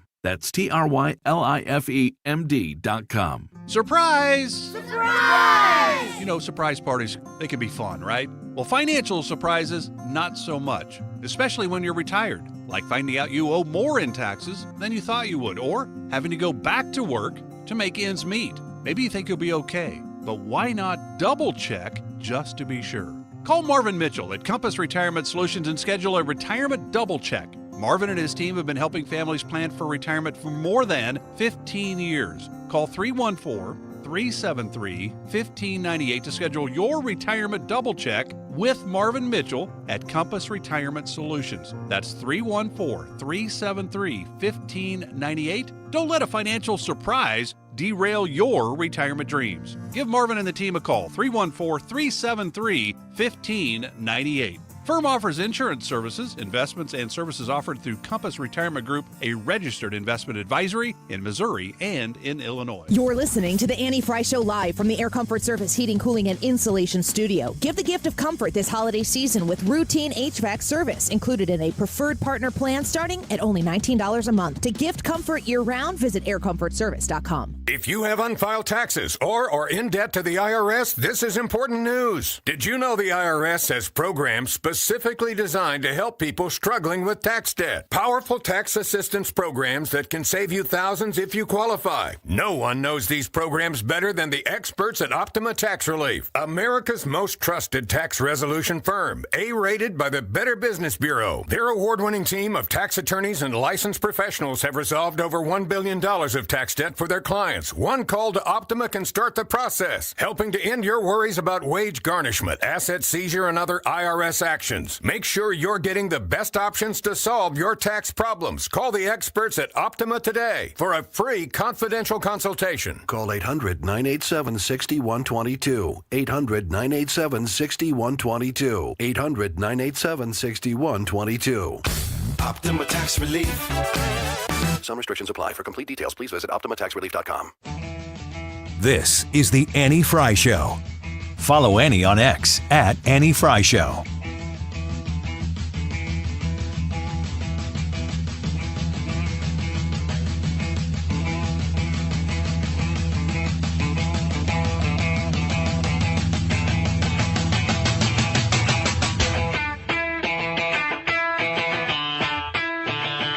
Well, there's a lot to be done. First of all, you salute the commander-in-chief who got those 76 million votes and is going to chart the way. And I'll give him advice and counsel along the way. I'll just say what he told me. Return the Pentagon to the warfighters, Pete.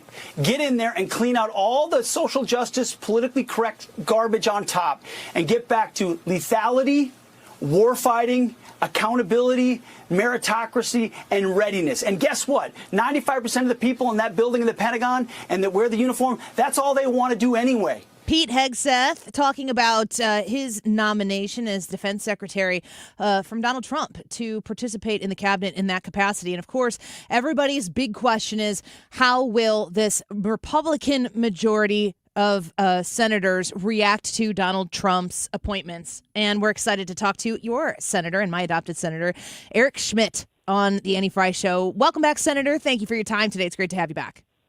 It's great to be back with you, Annie. So when you hear Pete Hegseth there's a whole bunch of people that are, people are really wondering, are the Republicans in the Senate going to come together and confirm these nominations? What's been your experience among your colleagues and the excitement behind or worry about confirming some of these nominations? I'm generally really positive about it. I think Trump has put together a slate of nominees for these important positions that share his vision. He ran on the idea of disrupting permanent Washington and sort of the status quo. He wants people who are going to go in there and be reformers. A lot of things we can do in Congress, but there are a lot of things that are just cultural shifts that need to happen within the agencies, reforms that need to happen from leadership. And so you got to have people who buy in. And Pete Hegseth is one of those guys. I met with Pam Bondi, was in my office today. I'm meeting with Sean Duffy later today. Was in my office last week. I'm actually on the Armed Services Committee, so that confirmation will run through the Armed Services Committee when we get back in January. I think he's in pretty good shape. I think they're all in pretty good shape, and they should be. There are very few examples, very, very few examples of senators from the same party of a president that just got elected rejecting cabinet officials. So I know that the liberal media wants everyone to believe that it's somehow a Republican Senate's job to dunk on President Trump. It's not. It's actually not. We have a role in the Constitution. It's advice and consent, but the president should have wide deference here on who he gets to pick for his team, his leadership team, right? He won the popular vote. He swept all the battleground states. And so I think all these nominees are in really good shape, and they should be. You mentioned about, what the media, the left-leaning media, the Democrat punditry out there is trying to press upon the Republicans in the Senate to remind them of what their duty is here. And I think that is one of the biggest complaints that Republicans within the party have had about the Republican Party for so long, which is you get handed the power to make the changes that you campaign on, and then you get it, and then you start doing things that the Democrats would never dream of doing. But especially in the Senate, it looks like the Republican Party, the representation for the Republican Party in the Senate is going to look a little bit different. The leadership certainly is. What do you think of comparing your time in the Senate prior to and coming up now as that leadership change has taken place? Yeah, I think you just look at the last 6 or 8 years since really President Trump became the leader of the Republican Party. The composition of the Senate is changing, and I think that's a good thing. I think it's becoming a party. I mean, look, what I tell people, whether it was the leader race or any of this stuff, it's time for the Republican Party to reflect the values of our voters. And I think that the exclamation point that President Trump gave with this election, by winning a mandate to deliver, he has a lot more allies now, I think, in the Senate and the House than he did the first time around. He's also, I think, picking a cabinet that there's not a lot of daylight between where he's at and where they're going to be on important issues. And I think that's good. Like, that's why you run. That's why when you win, you can execute a vision. And like I said, whether it's Pam Bondi or Pete Hegseth or Sean Duffy or Tulsi Gabbard or Robert F. Kennedy Jr., the president deserves the ability to move forward on the agenda he ran on and have people he trusts around him. And so I do think that that's where Senate Republicans are at right now. I expect that all these nominees will pass. Senator Schmitt, when I have gone back, anybody who, it's usually just the left-leaning media, they're freaking out about somebody or something, which usually means we're hovering right over the target, or at least the president is on his nominations, because they freak people out in all the right ways. It really seems to me like some of these nominees should have overarching bipartisan support. Then I go back and look at the votes that were taken over Joe Biden's nominations. There's a lot of Republican support in past votes for some of these people, like Merrick Garland. I think 2 people voted against Merrick Garland. I just don't understand even how it would be complicated to see these people be able to go through. And I'm wondering if you think there will be bipartisan support for many of Donald Trump's nominations. I hope so. I think some people have even signaled that, some Democrats, and I hope that they hear these nominees out. Again, Donald Trump won. We have, 53 votes in the United States Senate. Like, we should be able to. We don't need any Democrats' votes to do this. There's sometimes you do. We don't for this. But having said that, I do think that I hope the Democrats take the time to meet with these nominees, ask the questions, And I think there will be some votes. I think, Marco Rubio comes to mind. I hope Pam Bondi, and hopefully there are many, many others. But I wouldn't be surprised if there is some Democrat support. I think it'd be a good thing. But we shouldn't rely on that. Right. That's why, Republicans, we shouldn't rely on that. And you're right. What you're touching on, Annie, is exactly right, which sometimes gets lost in this town, which is why I'm home. I fly back and forth every week and stay very connected to Missouri, because when you talk to people, they articulate the same things that you're talking about. How come when the Democrats, what they say is, how come when the Democrats win, they do big things and they all stick together? And we need to have that kind of mentality. We have a very unique opportunity for at least 2 years, hopefully 4 years. We've got the Senate, the House, and the White House to move forward on an agenda. And Trump was very clear about what this was. I spent a lot of time on the campaign trail, including the last weekend of the campaign. He never wavered from this. We're going to secure our border. There are going to be deportations. Like, he's going to do all the things he said he was going to do. We're going to be energy dominant. We're going to be respected around the world. And you're already seeing some of these things happen. I mean, he was in Paris this past weekend. You're already seeing leaders come down to Mar-a-Lago and address the concerns. And so I think we're already kind of down that road. And we have a responsibility, I think, to the country to get this country in a much better place than it's been the last 4 years. Oh, speaking with Senator Eric Schmitt, and that's kind of what I had written down as my next question. In my lifetime, I'm 40 years old. I don't think I've ever been in a position to witness the transformative opportunity that is in front of Republicans in the next 2 to 4 years, not just to put everything back the way Republicans had it, when Donald Trump was president the first time, but when you look at what Elon Musk and Vivek Ramaswamy are doing with Doge, the actual concept of cutting government spending is kind of mind-blowing for a millennial like myself, because we haven't seen that. It's only ever gotten bigger. How transformative and how forward-thinking do you think the Republicans can handle this next 2 years? I totally agree with you. So I'm 49. I got you by a few years. But I remember, when I was a freshman in college, or I guess it was a sophomore technically, in '94, which was the Republican Revolution, right? It's the first time Republicans took back Congress in like 50 years, or maybe longer than that. But Bill Clinton was in the White House, right? So it wasn't, you didn't have the same opportunities. You really have to go back to Reagan and some of the big, bold stuff that he did. But I think this is different. I actually believe we have a much clearer view now of the things that we can address. I'm on that Doge caucus. I think it's exciting. There's going to be hundreds of billions of dollars exposed as wasteful. People are going to, scratch their heads and say, how in the world is this possible? And it's our job to go fix it. I think we have a chance. And I feel so fortunate at my age to be in the United States Senate to be able to help with this, to kind of reset the dynamics. What we saw now, the Republican electorate, the base is broader. It's bigger. That's a good thing. It's working class folks. It's multi-ethnic. You have, you just look at any demographic, Asian Americans, Hispanics. Trump did incredibly well with all of those groups because they're hungry for somebody who speaks to their issues. The Democrats have been captured by this woke ideology. They're totally, it's a party of, by, and for the elites. And so we have a real chance. And if we do it right, it can be, sort of a majority party, and not just for bragging rights, but to actually do some important things. There's no reason in the world, Annie, we shouldn't be the most energy dominant country in the history of the world. And that means national security. It means economic security. It means jobs. There's no reason why we can't have a secure border. We absolutely can do that. There's no reason why 15 million people came here illegally, other than the Democrats wanted it that way. We can shut that out too. So I just think we're on the cusp of a new era of prosperity in this country where we're secure. People feel good about being Americans again. They don't feel like, and the Democrats have got to figure this out. I think their self-reflection is, the dose of self-reflection is being poisoned by sort of their disdain in many ways for so-called flyover country. They can't bring themselves to admit that they just talked over and talked down to so many people over the last 4 years. And people said, you know what, that's not the kind of America we want to live in. We love this country. We don't think that our kids should be raised to hate this country. And they spoke up loud and clear on November 5th, and now the task at hand.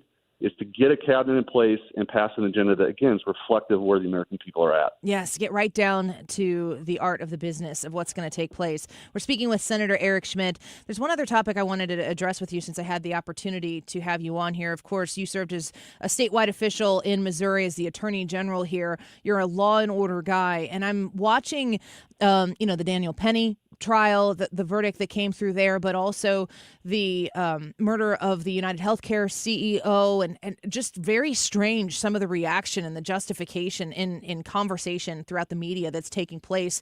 Like, a man lost his life, and if it's for a cause, there are some people who are kind of explaining it away.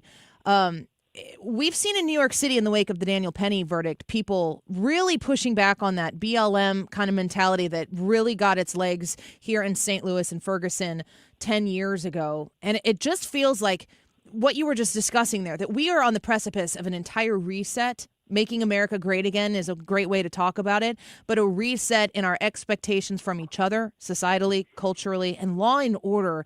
And the appreciation of those who keep law and keep order is at the top of the list of how to restore that society. I'm wondering, in the wake of the Daniel Penny verdict and what's going on in New York City, what thoughts you might have on that. Yeah, I mean, thank God for the way that played out. I mean, this was a guy that was trying to protect other passengers who were, at risk. And the idea that those charges were even brought is embarrassing, and could be described as much worse than that. But Alvin Bragg is just destroying people's faith in the justice system. But I do think when you have a verdict like that, I should say that, he was not going to go to jail for that, is a bit affirming. I think, though, what you're talking about, and I think it takes a little time to put all these pieces together, but I sort of view the last 10 years, take 2014 and that, was sort of we're going to look back, I think, in historians, if it's not AI generated by libs who control the algorithm, you're going to look back as a really strange time in American history. You've got this sort of Black Lives Matter movement. There's nothing more than cultural Marxism by another name. You had COVID and all the examples of government excess, and the Democrats felt so emboldened. It could only work, Annie, it could only work if they silenced the silent majority of Americans into believing that they couldn't speak up. Yes. Right? That they couldn't say things like, yeah, I know what a man is, I know what a woman is, or that's wrong, or absolutely people should be punished for this. They tried to intimidate people, and they had this vast censorship enterprise as an enforcement mechanism. And one of the things I'm most proud of is that Missouri versus Biden case. It sort of lifted the veil. Musk buys X, or Twitter, now X, and people are no longer afraid, I think, in many ways, to speak the truth. I saw more yard signs. I saw more MAGA flags and yard signs, even in places in St. Louis County where I live. I think people are unafraid now, whereas before the left was obsessed with controlling what you could say and what you could say, and hear and see. And think of COVID. You couldn't go outside unless you were going to a Black Lives Matter protest, right? Like somehow COVID didn't exist if it was the cause that you believed in. I think we're going to look back on that, and people are going to be like, what in the hell was going on? But I think we broke the fever, and President Trump led that charge, and I think it's all the more reason why we need to deliver on an agenda that works for more Americans. Amen to that. Enough of the absurdity. It's time to speak out, and you can speak out with the rational common sense. And there's every time someone's willing to do that, there's so many people around going, yeah, what they said. And I think we're back. And you're a huge part of that in the United States Senate. And we're grateful for your time here on the Annie Fry Show. Keep doing what you're doing. We look forward to contacting you again soon. We're so back, Annie. Let's go. We're so back. That is exactly right. Merry Christmas. Bye-bye. Merry Christmas. See ya. I love talking to Eric Schmitt about common sense, because when you can articulate things in the way he does, which is speaking directly to the point, talking about our AI lib overlords trying to rewrite history, when you think back about the last 10 years, it really has been, I don't know what 2014 was, but I guess it was when the Barack Obama stranglehold on the administration. You get 2 years out from the next election, everybody starts asking questions again, and the freak out that the left had, and really the tentacles of power that they were able to invoke in order to keep us from speaking our minds, from challenging thoughts based on our own perspectives. They had such great power, and we collectively need to be in a all hands in the middle, never again situation. We should be able to disagree. We should be able to challenge. We should be able to represent our own thoughts with our own mind. And we set that aside for quite some time out of fear. Never again. Not in my lifetime. Let's take a quick break. We'll get Ryan Wiggins back in the studio. The YouTube live chat poll, haven't really mentioned this much today, if at all. But here's the question for you. And this is kind of broad, but I want to know, do you care if your favorite entertainers are good people? Yes or no? Now, entertainers you're entertained by movies, by music, by sports, by art, I don't know. Whatever it is to you. Like, you know how they say never meet your heroes? Your entertainer of choice, that actor in the movie that you really like, you find out that they're a bad person. Is that a problem for you? Would love to know what you think about this on the Annie Fry YouTube live chat. Do you care if your favorite entertainers are good people? Yes or no? We'll be right back. This is the Annie Fry Show. Follow Annie on X at Annie Fry Show. At Odyssey, we believe in casting a wide net to create a diverse and inclusive workforce, as we value the power of community and encourage local organizations to help us in referring qualified applicants to our stations. If you're a community organization interested in receiving our vacancy information, simply email equalemployment@odyssey.com. You'll be directly notified of our open positions. Again, that's equalemployment@odyssey.com. And for our listeners, we invite you to visit odysseyinc.com/careers. There, you'll find an online listing of job openings at all Odyssey radio stations. Here's another great reason to use the United States Postal Service this season. When sending a package, why venture outside? Ship with USPS for a true holiday ride. Want to stay cozy and warm? There's no need to roam. With free package pickup and labels printed from home. We have over 600,000 employees always in motion. And before you know it, your gift has delivered emotion. Spread the holiday joy this season with USPS's enhanced network. Learn more at USPS.com/holiday ride. Hey guys, Glover here with my friends at Triton Exteriors. If you're younger than me, you may not have ever really experienced truly great customer service. You will with Triton Exteriors. We're a James Hardy siding company. We have a huge color selection. We do fences. We do pretty much everything on the exteriors. We have a great reputation. We have tons, 800 positive online reviews with Angie's List. Great with the BBB. Call 314-717-1159 or book online at triton-stl.com. Why do the national tax resolution firms need the tiny fine print at the bottom of all their TV ads? Hi, this is Lance Drury with the Lance Drury Law Firm. You don't hear fast-talking disclaimers in our ads because the claims we make are 100% transparent. The Lance Drury Law Firm primarily focuses on one thing, IRS problems, and we're regulated by the Bar Association, and we have a AAA rating with the Better Business Bureau. IRS issues are serious legal issues. The Lance Drury Law Firm has helped thousands of clients navigate the best resolution plans, and we tell you up front exactly how much it'll cost. Tax resolution law is all we do. So before you send money to some out-of-town, high-pressure salesperson, give us a call at the Lance Drury Law Firm, located right here in St. Louis. Call today to schedule your free consultation with me, 314-260-6120, or visit LanceDruryLaw.com. The choice of a lawyer is an important decision and should not be based solely upon advertisements. Not many window companies do egress windows. Those are the ones used in basements or floors with no emergency exit. GHRcontracting.com. We offer same-day install and financing 0% for 18 months, and there's no hassle with price negotiation. Get an upfront quote on the phone. GHRcontracting.com. Guess what? It's time to win Cardinals tickets from the Annie Fry Show in 97.1. It's Cardinals 5-game ticket pack. Here's the phone number, 314-241-9797, 314-241-9797. And the ninth caller will win a Sunday games ticket pack. That is 5 games. You're going to win a pair of tickets to each of these Sunday games. And stick around if you don't win this one because we have more to give away today. 314-241-9797. Good luck. Hang on. What caller? Caller number 9. Okay. 147. This time check is sponsored by Jerry Kelly Heating and Air Conditioning. It's time for a $98 furnace tune-up. All this week, listen to the Annie Fry Show and you could win a Cardinals ticket pack for Christmas. Not just a pair of tickets, but multiple games in each pack every day on the Annie Fry Show this week. So keep it here noon to 3 and listen for us to tell you when to call.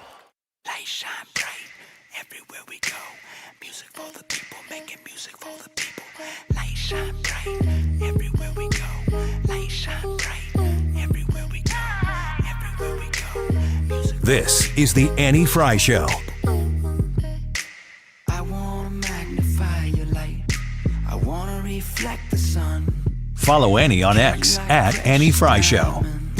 With colors by the millions. This is the only world we know. And for now, this rental's our home. If we gon' be a reflection, gotta make this third rock glow. Just so you know. Light shine bright everywhere we go. Music for the people to illuminate the soul. Light shine bright everywhere we go. Music for the people, making music for the people. Light shine bright everywhere we go. Music for the people to illuminate the soul. Light shine bright everywhere we go. Music for the people, Jesus, music for the people. It's the OG Rockmouth debut, I think, on the Annie Fry Show. Yep. Gosh, you go through so many things in your career. That was a weird moment when I was Rockmouth.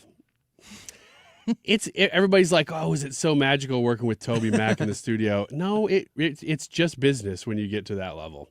You just go in and you do your part and you go home. A lot of times you don't even see the people. Captain Planet says, what was that, Annie? It was Rockmouth. Quick Rick says on the Annie Fry YouTube channel, how's that little Debbie snack box holding out, Annie Fry? It's become a snack drawer in our office. It is a community Annie Fry Show drawer. Have you been in the drawer yet, Ryan? No, I haven't.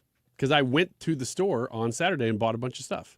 So Do you have your stuff here? Still going through some of my own inventory. So when you go to the second generation Little Debbie shop in Roxana, is that just for you? Yeah. Well, I mean, I'm not saying I get nothing for the rest of the family, but most of it ends up here in my drawer, too. The percentage of purchase that is for Ryan is 80%. 80%. Yeah. There's some chips and things that I might, maybe some of their Amish snacks that I take home, but most of the Little Debbie stuff ends up here, which means I won't have to get into the community drawer for a while. You did get into the drawer, though, because you had the nacho cheese Cheeto No, things. she threw those to me yesterday during the show, and I was just eating them after the show when you came in. So you didn't get them out of the drawer? No. I'll take a picture of the drawer and post it on our Facebook, Annie Fry Show Facebook. The YouTube live chat poll for today, if you want to come hang out with us there, we'd love to have you. Do you care if your favorite entertainers are good people? There was a lot of discussion this weekend about Jay-Z. Jay-Z is being sued by someone connecting him to the Diddy stuff. Mm-hmm. It was a huge shock to me. I've always told my kids, be like Jay-Z. Shush. And now we had to have a talk. What'd that talk sound like? I said, remember how I said be like Jay-Z? And they were like, no. And I was like, oh, good. Because that would be terrible advice. I really do want to know if they're good people or not. I don't need them to be like my version of good, but there's a collective understanding of things that we can all agree that are bad. I want to know if people are participating in those things. Am I boring you? Yeah. No, they have too much power and sway to not care about that, to me. And are you using what you're getting out of this for bad things, if not evil things? Yeah. I mean, a huge portion of these people came out and supported a political candidate. That's like changing world events. Mm-hmm. So yes, you have a say in the way things go. Like how many people didn't care at all about the election until Taylor Swift said, well, I want Kamala. Wasn't the net summation of her endorsement of Kamala Harris that it helped Trump more than it helped Kamala? No idea. I have no idea. I've heard that. Those are real reports that people were like, oh, knock it off. People are over it. I will give them that, and I'm glad about that. But it doesn't mean they have no influence. They are the ultimate influencers. Well, this isn't the YouTube question isn't specific to politics, but politics is definitely a way that you might be able to assess that type of a situation. But a lot of the discussion around the Diddy situation is that he's sitting in a prison right now because of what he's done, what he's been charged with, whatever. He's not the only person who participated in these things. Yeah. Actually, the premise of the charges are that it was a really large-scale thing. And I want to, well, I'll ask Ethan about this later and let him speak for himself, but we were discussing this before the show, and we were both like, we definitely want to know, but not 100% sure how much we want to know. But you want to know. And I said, like, I want to know what the headline is. And the details, maybe I don't need to, although I'll probably end up finding out what they are anyway. It's the graphic details that you're like, I don't need to know every moment of one of the parties. I do want to know who is there doing illegal things and for how long, how much people knew, even if they weren't participating. I do want to know that. Because that does affect, I mean, all the Epstein stuff. It's the same thing. Who is the first person ever to traffic minors to nobody? Like, nobody's been charged in any of that. It's because of power and wealth and influence, and it's the same stuff that I'm so glad to hear Kash Patel saying, yeah, not on my watch. If I get in there, we're going to expose all this stuff. So great. I don't care who it affects. I don't care if it's Democrats or Republicans. But the answer to the poll is, yes, I do care about whether these are good people or not. Not because they influence me directly, but because they are influencers. Will you not go see a movie because, like, okay, since Diddy's the one who's been charged and is in jail, let's say he's a movie star. Because I don't prefer his kind of music. So it's not like I'm going to stop listening to something. Yeah. If he were going to star in a movie that you were really excited to see, and he's in it, and he's going to profit from, the $80 movie ticket or whatever it is that you got to pay. If he's going to profit from you participating in that, are you going to stop patronizing something because you found out that, specifically Diddy, when you think about the heinous nature with which that is, if he's associated with it, are you out? I mean, it's hard with Diddy because, like you said, I'm not really that into his stuff anyway, but with his level, that for the most part, the answer to your question is no. It's probably not going to impact me going and boycotting somebody because of what I know about them or what's out in the news about them. There is a line probably that I could get to and I'd say, I don't think so. But that line almost takes care of itself. It's like, if it gets that bad.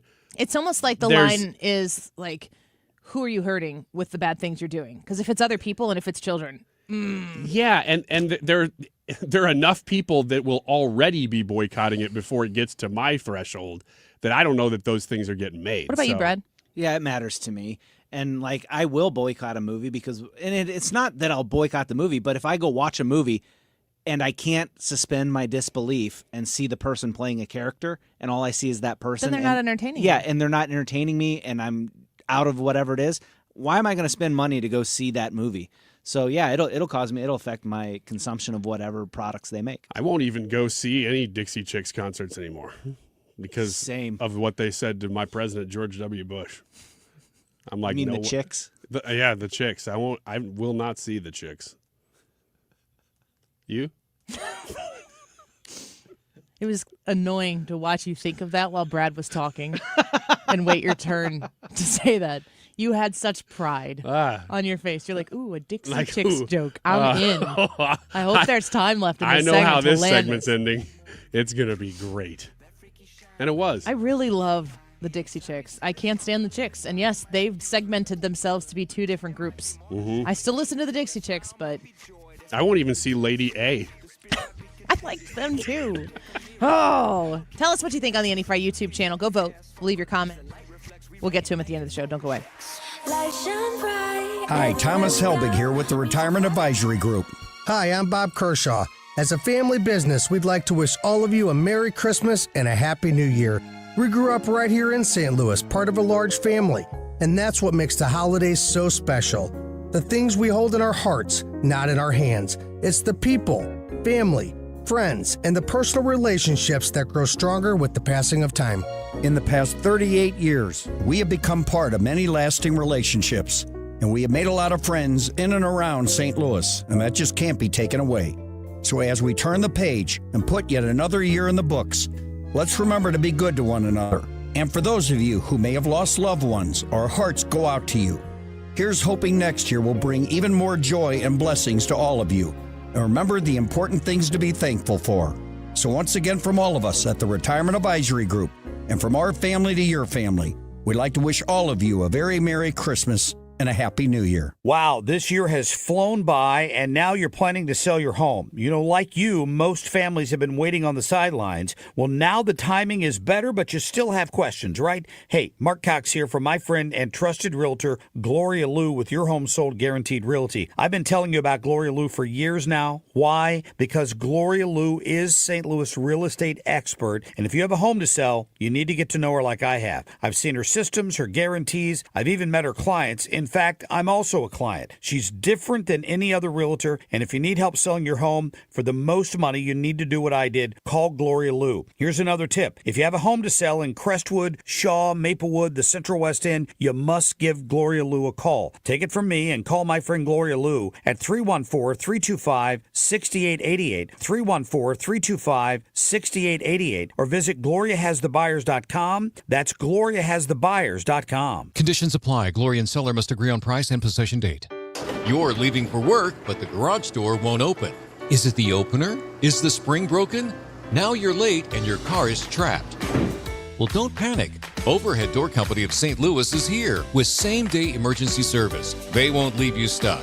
The original Red Ribbon Garage Door Company, trusted in St. Louis since 1926. Call 314-781-5200 or schedule online at overheaddoorsstlouis.com.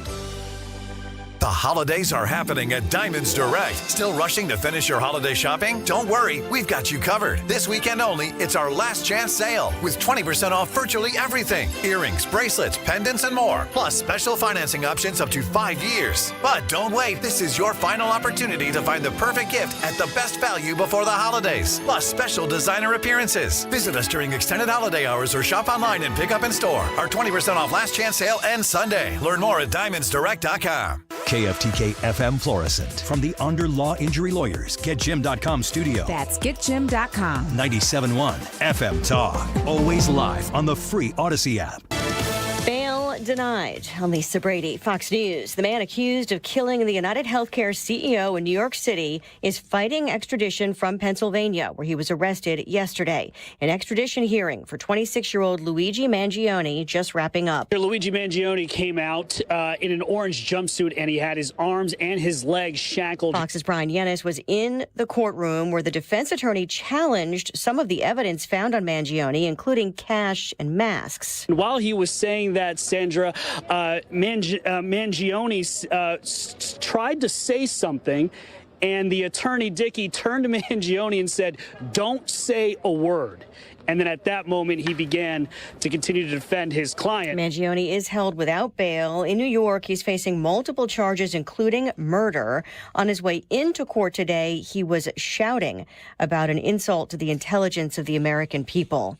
A House hearing on drones underway after weeks of unmanned, unidentified aerial objects flying over parts of New Jersey and New York every night, sometimes over sensitive areas, including a military site and a Trump golf course. Congressman Jeff Van Drew of New Jersey is at that hearing right now, and he tells Fox that he doesn't think the U.S. military is behind these drones and believes it's very possible that a foreign adversary is conducting surveillance. China is one full decade ahead of us, and if this shows us anything, it shows us that we need to do better. The DoD, Department of Defense, is going to bring in a radar system that can better track these, because right now we are deficient in our radar system to track them. Meanwhile, New Jersey Governor Phil Murphy called for meetings tomorrow with legislators, state police, and the New Jersey Office of Homeland Security and Preparedness. Fox's Nate Foy. The FBI is among the agencies investigating. America is listening to Fox News. If you're living with dry age-related macular degeneration or dry AMD, you may be at risk for developing geographic atrophy or GA. GA can be unpredictable and progress rapidly, leading to irreversible vision loss. Now there's something you can do to slow it down and get it going slower. Izervay is proven to slow GA progression. Izervay gets GA going slower. Izervay or avacincaptad pagel is a prescription eye injection used to treat GA. Don't take it if you have an infection or active swelling in or around your eye. Izervay can cause eye infection, retinal detachment, or increased risk of wet AMD. Izervay may temporarily increase eye pressure. Your vision may be impaired after an eye injection or exam. Don't delay. Ask your doctor about Izervay today. Izervay gets GA going slower. Visit izervay.com. That's IZERVAY.com. Air Comfort Service, heating, cooling, and insulation, weather. The official 97.1 FM Talk Weather Center forecast. Partly sunny, a cool day. Afternoon high today, 43. Partly cloudy tonight, low 30. Couple of flurries tomorrow morning. Otherwise, partly sunny, chilly, the high at 39. Clear and cold tomorrow night, low 32. And then sunny, chilly on Thursday, the high Thursday at 37. On Friday, cloudy, breezy, and milder with the high 49. I'm Steve Williams for 97.1 FM Talk. RulerFoods.com. We are going to be out at Ruler Foods tomorrow, broadcasting live. And this is where I beg you to show up at the St. Charles Ruler Foods to help us with our annual Christmas food drive, our holiday food drive, to make sure that we partner with St. Louis Area Food Bank in the most impactful way possible. We will be from noon to 3 broadcasting live at the St. Charles Ruler Foods, and we're asking you to come out and spend a little time with us. You can come shop and see the beautiful store there. It's so simple to shop. If you want to support the supermarket sweep of Ryan Wiggins at the end of the show, you can come by and drop off some cash, and he goes and spends every dollar of that to benefit the St. Louis Area Food Bank towards the end of the show. But this is a huge opportunity for us to come together as neighbors and share kindness, share a smile with somebody who needs food. It's that simple. And you can buy more food and make your dollar go further when you shop at Ruler Foods. RulerFoods.com. Honesty, integrity, humility, purpose. We're looking for people that share these values. As an officer in the Springfield, Missouri Police Department, you'll train in a state-of-the-art facility, learn special skills, and most importantly, learn that being humble through it all builds a better community. Our next training academy starts soon. Work hard and dedicate yourself to the craft, and I promise you'll have some amazing opportunities. Visit gospd.com for more information.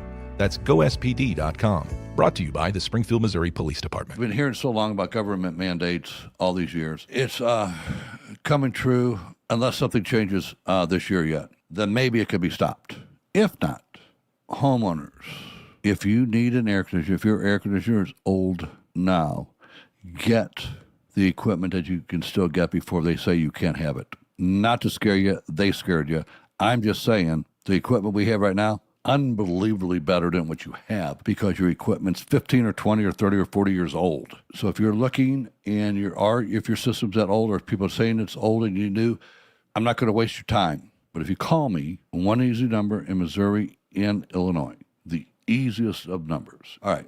So it's not the easiest. I have forgotten the number, even as many times as I put it up. But 314-293-2600 or go to the internet, bartinman.com. That's Bart with a B, Inman with an I.com. God bless. This holiday season, save $30 on the GTA 26 handheld garden pruner. Now just $149.99. Visit your local Steel dealer today or shop online at steelusa.com. Offer valid for a limited time. Only at participating dealers while supplies last. It's Kim St. Ange, and we've got your chance to win big.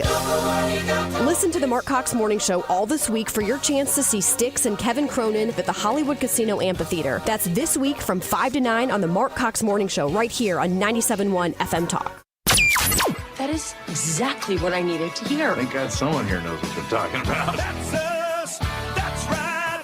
Gotta love this American ride. All right, you need to take the time and get the full picture. Come on, turn the radio on. It's Saturday and I won't be long. Don't get me wrong. I love the ladies. I mean, they rev my engine, but they don't belong in the newsroom.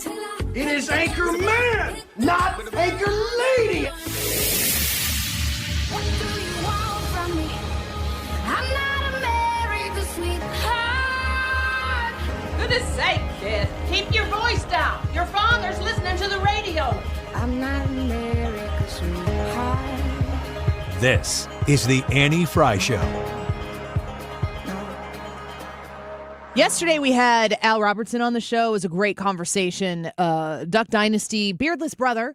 And I really enjoyed having that discussion with him at this time because I said this to him yesterday and I wasn't blowing smoke. Isn't the Robertson family one of our generation's most iconic families in entertainment?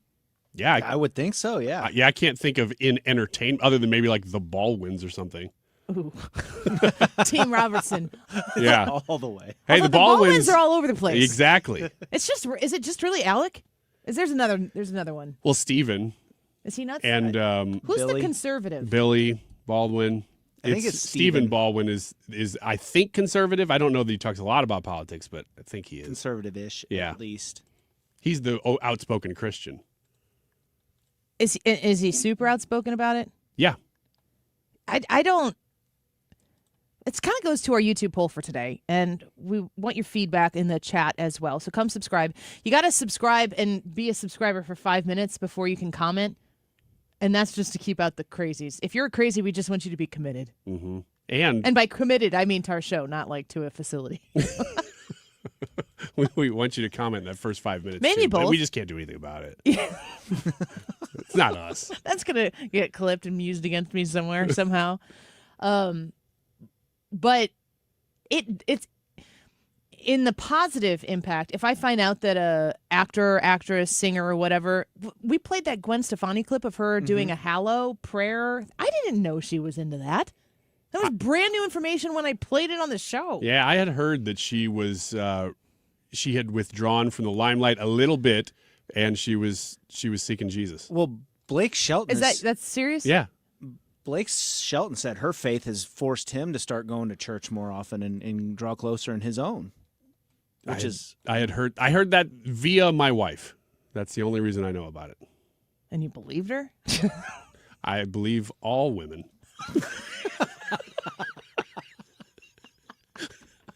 I hashtag it. How do you know?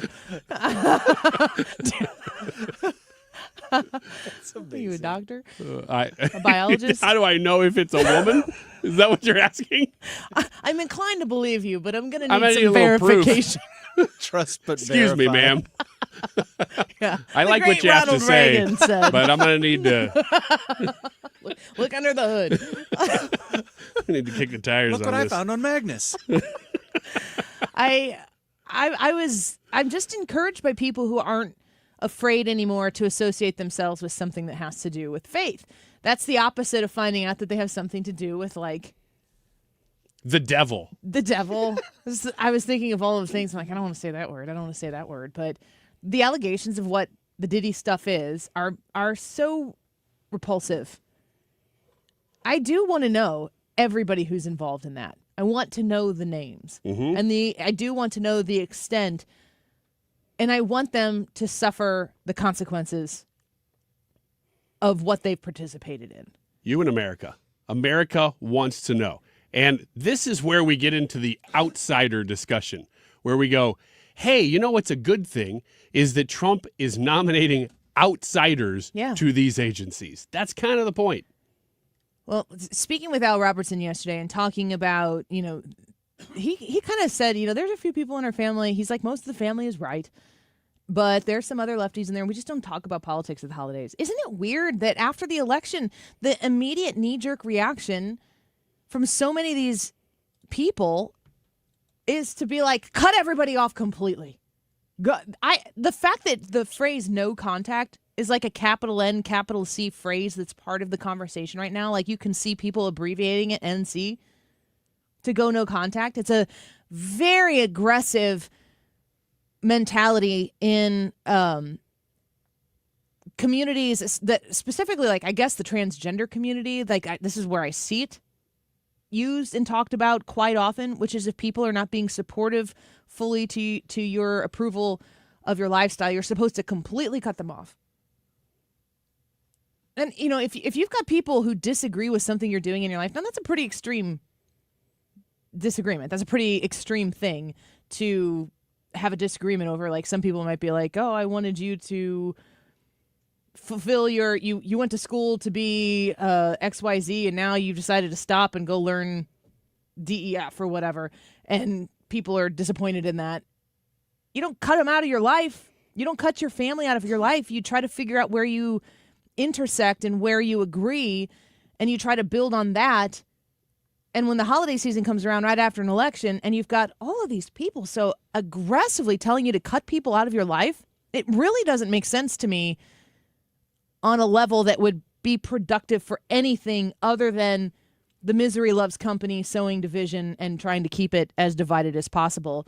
The View, which we like watching a lot more after the election than we did before, had a discussion about the holidays and what's coming up. And this is Whoopi Goldberg and Ana Navarro having a conversation. And I've said this before. I like Whoopi a lot. She's probably my favorite on there that's a lefty. I don't feel like she is as just disgustingly angry as Joy Behar or Sunny Hostin. I feel like Whoopi is a little more independent thinking or driven than the other two. But she's talking with Ana Navarro, who for so long, I don't even think they put it up there anymore. She was always cited on CNN as a Republican strategist. Yeah. He does this to keep you all in a panic. He does it to make you all do this and talk about him. It is so terrible. But we have to do from now until January 21st is be with our families, be with our kids, do our jobs, make sure our checks don't bounce, make sure that we are taking care of ourselves and our families.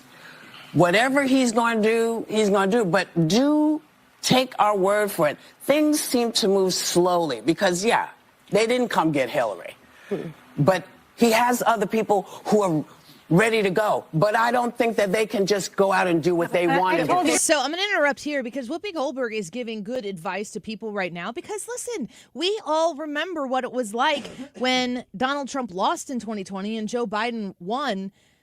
That was a very uncomfortable time. Very uncomfortable. And I don't have people who are still in my life that are like obnoxious about winning on the other side. I do have people in my life, because I can't really keep my political thoughts a secret personally, that have cut me out, and I am not of any value to them anymore. And they, over the course of time, they've made that very clear that I'm not valuable to them. And at some point, you're just like, well, I'm glad I know, and I can focus my attention other places. But when you're going to Christmas parties, when you're going to get-togethers with friends or with family, you're going to these things not because of politics. You go to these things every year. It's a time to come together. It's a time to celebrate things. There's got to be stuff to talk about and things to come together over that aren't this divisive. And to me, Whoopi's like, everybody just calm down for a minute. Like, what else are you going to do? Yeah, the saddest videos that I saw in the last month after the election were not the ones where somebody's talking to, usually in their car, talking to camera about... Yeah, in their car. Look, you have to do this. I'm going to do this. We got to cut off these people in our lives. Those weren't the sad ones. That was unfortunate. The saddest ones are the ones where people, usually they're younger. They look like they're young 20s usually.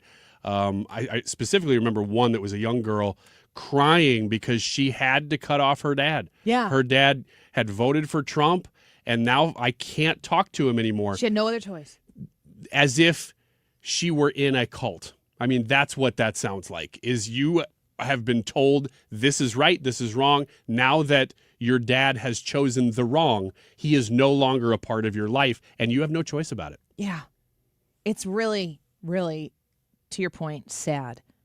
So Whoopi Goldberg is making this point, and Ana Navarro wasn't having it. There's legal ramifications. No, wait, I told you last week I disagree with you when you say that. Because we have the luxury of saying that, because we're legal, we are successful, but if you're an illegal immigrant in this country, you're not going to be not in a panic. If you are before she goes on, yeah? That's why you had an election. This is the stuff that people voted for. And you're like, well, I can't believe that I have to come on here and defend illegal immigrants. You don't. You don't have to do that. What she goes on to say about, well, let's just listen here. I'm working for the Department of Defense. You have a right to be in a panic. You tell people to stay fraught and like this. I'm telling people to prepare, Whoopi. I'm telling people to they're not prepared? They are prepared. So that means that they can't be relaxing and enjoying Christmas. No, it doesn't mean that. When winter is coming. No, it does. You know what? I'm sorry. I mean, I disagree. Winter is here. Right. Winter's been with us. And my point is we can lay down and do nothing nothing for the next 15 days and then be freaking out for the next 4 or 2 my years. point to you is But we my are point, in a privileged position that a lot of people who are going to be under his attack who are is not. going through the same thing. I'm on his enemies list and I'm not panicking. Like, we just have to live. We have to figure out This is what the we're United panicking States of for. America. We don't know what we're panicking for. They're throwing 50,000 things at you to make you do this. I'm saying don't buy into that. Do what you have to do. Take care of your family. And when we know what is happening, when we know what we're fighting, we'll get out and fight. That's what I'm saying. Yeah. I'm not saying don't do anything. I'm saying don't be this. They are surrounded by the most Christmas cheer with a beautiful Christmas tree and decorations. Like, it couldn't look happier on the set of The View. And what Whoopi is saying is, like, everybody calm down. Like, what are you going to do in the next 15 days, in the next, up until January 20th? Like, what are you going to do other than just be panicky?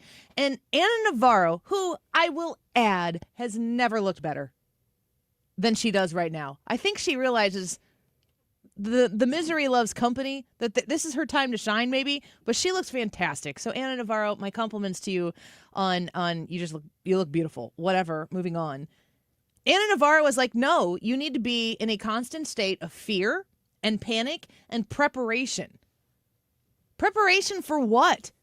Her response is that this government is going to come after people who are here illegally.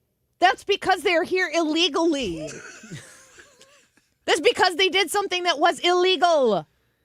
And that is a problem. And America, a majority of America, not just on the popular vote with Donald Trump, on this issue specifically, every time it was polled in the campaign, it is shocking to me how high the number is of deport everybody who is here illegally, deport them all. Because that's not actually what Donald Trump is saying about it right now. Donald Trump is saying, if you've come here and if you've committed crimes, or if you committed crimes from where you came from, we are rounding you up and we are deporting your butt so fast. It's happening. We're laying the groundwork now so that on minute one, not even day one, minute one, we are coming after you, we are hunting you down, and we are shipping you out. And America rejoices. That's why they sent him there.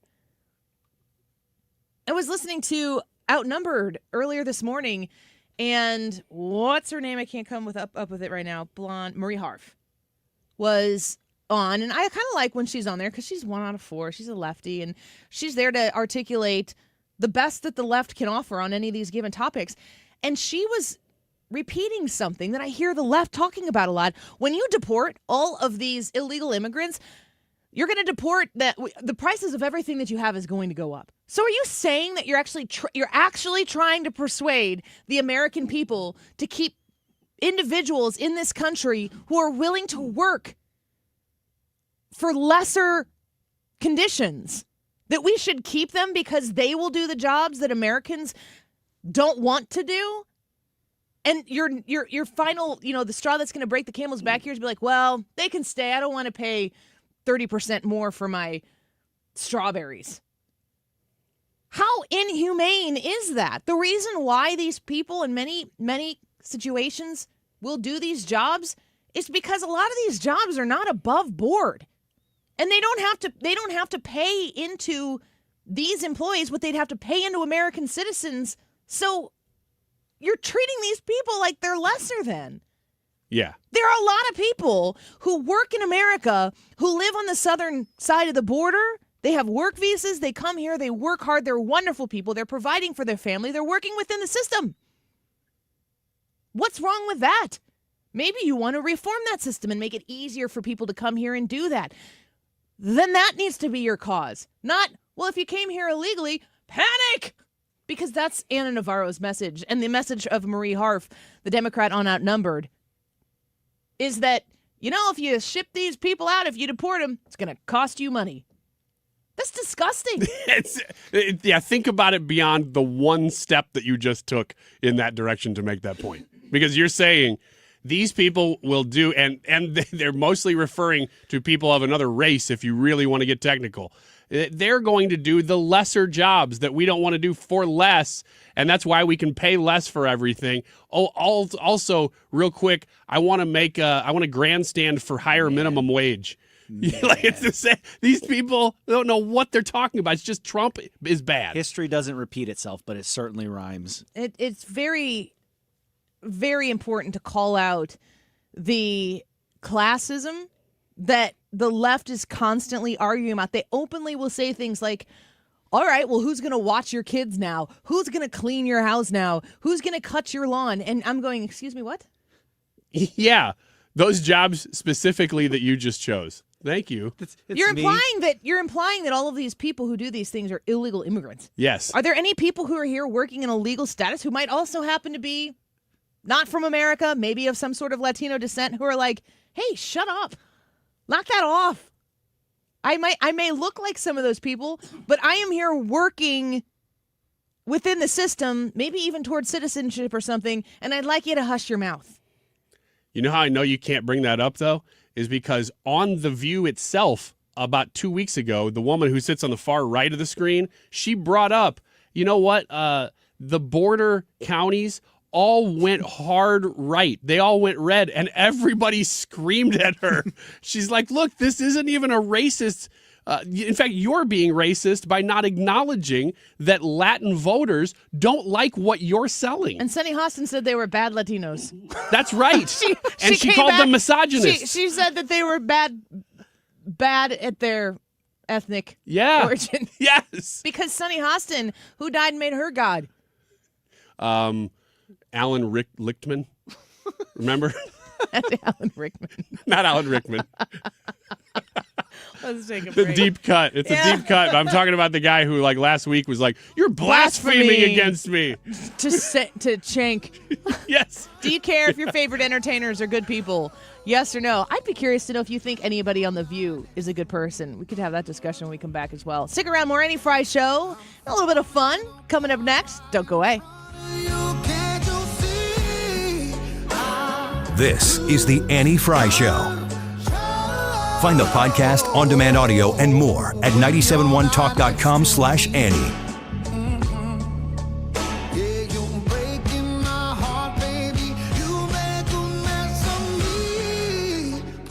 AirComfortService.com, the website to go visit if you are looking to make some repairs to your HVAC system, or maybe it's just not, the temperature is not heating the way it's supposed to. It's supposed to get cold again here in the next 24 hours. Every time that happens, are you thinking, good grief, you can never quite get over the hump of making sure that the home is heating or the business is heating the way it's supposed to be heating.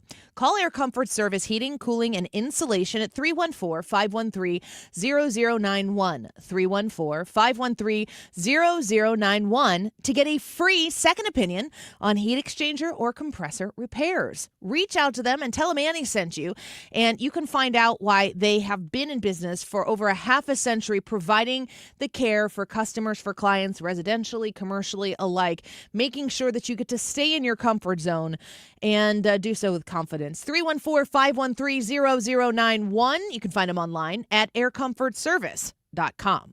It's officially the merry season, and St. Louis's Christmas station, 102.5 KEZK, is your home for holiday music. Spinning the biggest and best festive tracks all day long, now through Christmas Day. Jingle bell, jingle bell, jingle bell rock.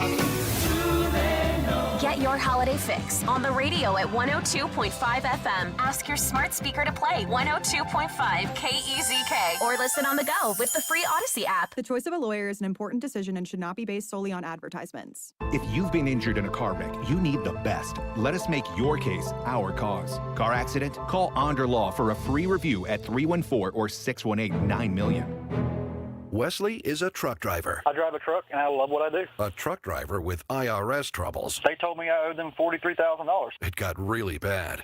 Quite a few letters in the mail. They were talking about wage garnishment, coming after my house, my car. Yeah, they don't play around. I seriously thought that I was going to lose everything. One sleepless night, Wesley finally made a call to Optima Tax Relief at 2 a.m. Kind of figured figured I'd get a machine, but I didn't. I actually got to talk to an actual person in the middle of the night.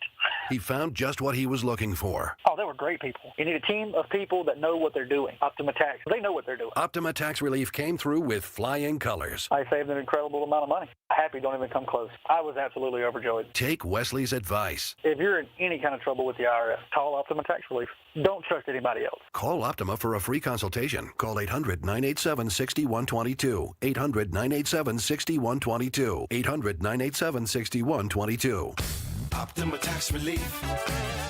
Some restrictions apply. For complete details, please visit OptimaTaxRelief.com. Hey, it's Bo Matthews for Beast Plumbing, and when it comes to the quality of your water, it is so important, not just for the taste, but for when you wash your clothes or even your hair or your skin, and bad water can affect all of your appliances. Call them today at 314-500-LEAK. That's Beast Plumbing. You're listening to the Annie Fry Show live from the Air Comfort Service Heating, Cooling, and Insulation Studio. Air Comfort Service is celebrating 55 years of residential and commercial service, maintenance, and installation of heating and cooling systems. Get in your comfort zone. Visit aircomfortservice.com. There's a music station that fits your taste at Odyssey.com. Download the app for instant access to hundreds of music stations and listen live to 97.1 FM Talk. The Odyssey app. Download it or stream from 971talk.com. It's the most beautiful time of the year. Lights fill the streets, spreading so much cheer. I should be playing in the winter snow, but I'ma be under the mistletoe. You're listening to The Annie Fry Show. The Annie Fry Show is streaming online. Watch us live on YouTube and subscribe.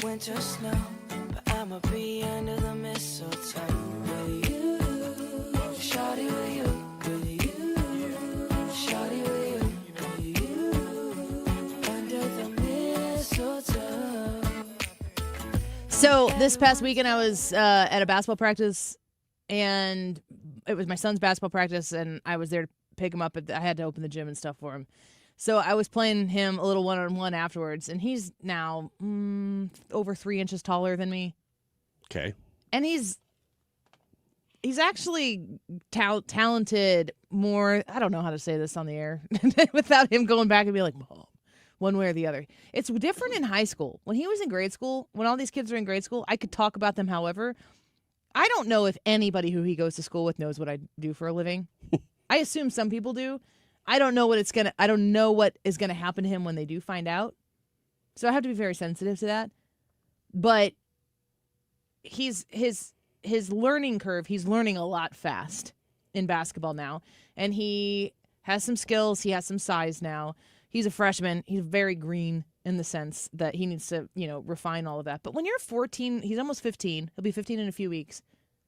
Do you remember being that age as a boy? Because as a girl, I remember growing a lot between 7th and 8th grade. Doesn't it happen more for boys in high school? Mm-hmm. Is it? I had growing pains. Did you have physical growing pains? I don't think so. Yeah. You're 5'4". What about you, Brad? I'm not 5'4". That's not true. I did. Truth in reporting. 5'9". Joints, aches in like hips and knees and mine was not in stuff. the joints at all. It was in like my shins. I think this is probably indicative. Most of mine was in my brain. It was like, ouch, gosh, what's happening? And then I'd learn of new all facts. of the places you could have gone with that, thank you. Mm-hmm. Yeah. When did it stop? Never did. I still have those Does things. it hurt right now? Yeah. I think it's just because you're dehydrated. Yeah. No, I don't think so. I drank a lot of water this morning. And people are always like, did it hurt? And I'm like, what? When your brain fell from heaven? And I'm like, oh, yeah. It's a good pickup line, but I'm too smart for it. To you ever. I was playing basketball with him, and I'm playing him one-on-one, but I know that a near 15-year-old boy and a 40-year-old woman, I got to make sure I don't hurt myself. Do you know what I'm saying? Yeah. Like, even the simplest thing. It might be the fact that I play and everything's fine, and then I walk down the steps to leave the gym and hurt myself. Yep, I do know. Well, I tweaked my ankle. So I didn't. It's gotten. We played Saturday, and it's just like yesterday. I was like, did I do something to my foot? It's weird. And then today, I can't turn. Like, you know how if you're turning or changing directions, you will, take your steps, and your knee and the upper part of your leg might turn a little bit before your foot does. I can't do that. I have to make like 90-degree turns. Mm-hmm, like a robot? Yes. Like a robot. You don't have to talk that way. That's one of the things my It's huge developing. brain learned. It's with age. It's like Joe Biden. Yeah. I just get very frustrated with these age things where, like, there's so much creep. There's so much like, oh, that doesn't feel right. And the next day you're like, I'm immobile. How did that happen? It's so stupid. You're like, this isn't fair. I'm fine. I didn't do anything wrong. You, body, need to get in line. You stupid foot. Has there been anything that's hit you? You guys are both older than I am, but is there anything that we're all near the same age? Is there anything that hit you, that's really made you feel over the hill or whatever? The fact that I wake up in the morning, I'm just achy for no reason. Do you get out of bed because it hurts to lay in bed? No, I will lay in bed as long as I possibly can and sleep as much as I can. But when I get up, I'm like, just like shaking off the dust, adding oil to the joints like Tin Man. Brad? I could say the gray in my beard, but what really hit me the hardest was my doctor retired, and I went and got a new doctor, and now I have a doctor that is younger than I am, and that's the first time in my life that's ever been that way. So I was like, oh no. Were you like, do you know what you're doing? It does seem that way a little bit. A little bit. I remember watching professional athletes. I remember watching college. You watch college football. We've always watched college football. I remember graduating college and being like, I'm older than all these people? Like, how is that even possible? And now that I'm 40, like when Adam Wainwright was doing his old man walks through baseball stadiums and he's like 2 years older than me, I'm like, easy now. And now, there aren't really... Is there anybody there's got to be a couple people in the majors. I think Julio Franco is probably still playing. That's possible. It just kind of creeps up on you. AOL had a article that I thought was kind of interesting. People list 30 hard truths about getting older that they weren't ready for. I think these are a little bit past 40. So I think this might be people who are retired, who are in their older age, but I thought it'd be interesting to discuss here. It says, with each passing day, number one, with each passing day, my chance to see the world passes. I don't have the money to travel as much as I want, and I will die missing out on so much. It's a sad reality for everyone, but it's still hard to handle. I think the idea of missing out on things that you thought you would do, like I can think of things in parenthood that I thought I thought things would be a certain way, and now I'm like, no, that's not how it goes. I can see those things being disappointing. It's just, I guess, if you're not doing A, then what are you doing with B? Do you have big travel plans for retirement someday, or do you? We're starting to do that now. Going to Japan early this year was a big, big bucket list item. We recognize, actually, this article is true because part of the reason we're trying to prioritize some of these bigger trips and stuff is that we go, well, I don't want to be in my 60s before we get to go to XYZ. Yeah.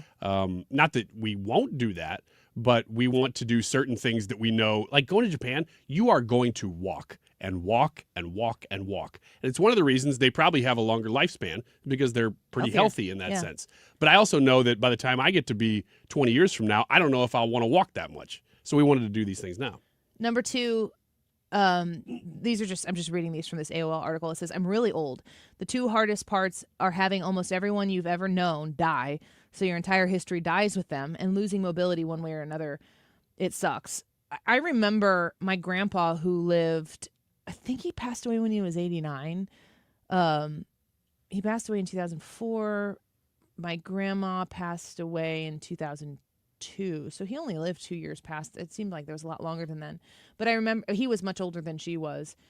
And I remember that he had made the comment, like, all his friends are leaving. And there's a sense of loneliness when you've outlived a lot of everything you know, and the world is moving at a faster and faster pace all of the time. That would be a very difficult thing. I don't know how you insulate yourself from that. I think about this in the regards of like having children and stuff. So there's like there's still something to attach to yourself in your future, but it still moves. I remember being around my other grandma after my grandpa had passed away, and just thinking like the frenetic nature of all of the energy around her. That was not where she was. Yeah. I guess the only way to really avoid that would be to die first, because of your friend group, somebody's going to be that guy or girl. Yeah. Just not you. Yeah. Number 3, losing that feeling of innocence you had in your youth. There's a long paragraph here. I'm going to summarize it, but everything, like when you're thinking about Christmas morning, to me, at least up until this point in my life, has always been adjacent to what it was like to experience it as a child, and trying to replicate some part of that in some way, shape, or form, so you can revisit it. And the older you get, the more you realize kind of how the world turns and everything, and it seems as though you're just kind of trying to reach backwards and grasp a hold of something that you can't get anymore. And the innocence of... I'm seeing this a lot with my older 2 kids right now as they're getting into high school and they're in junior high. There are things that exist in that world that didn't exist, like for my 8-year-old and younger. Yeah, it's weird to talk to my daughter now who's 10, and she's already saying things like, this Christmas just doesn't feel the same as before. Yeah. I'm like, honey, you're 10. And it's going to get worse. These are the Christmases you really want to enjoy. But all of them, I mean, it's a good life lesson, because I'll do this when I'm on vacation. I'll look forward to a vacation for so long, and then I go on it, and I have to remind myself, you know what? The vacation isn't the end-all, be-all. You're still yourself. You're just on vacation. Enjoy it. Yeah. Let go. Seeing my parents get older. I think about my grandparents more, and I think about all 4 of them, and some of them seemed a lot older than other ones did. Mm-hmm.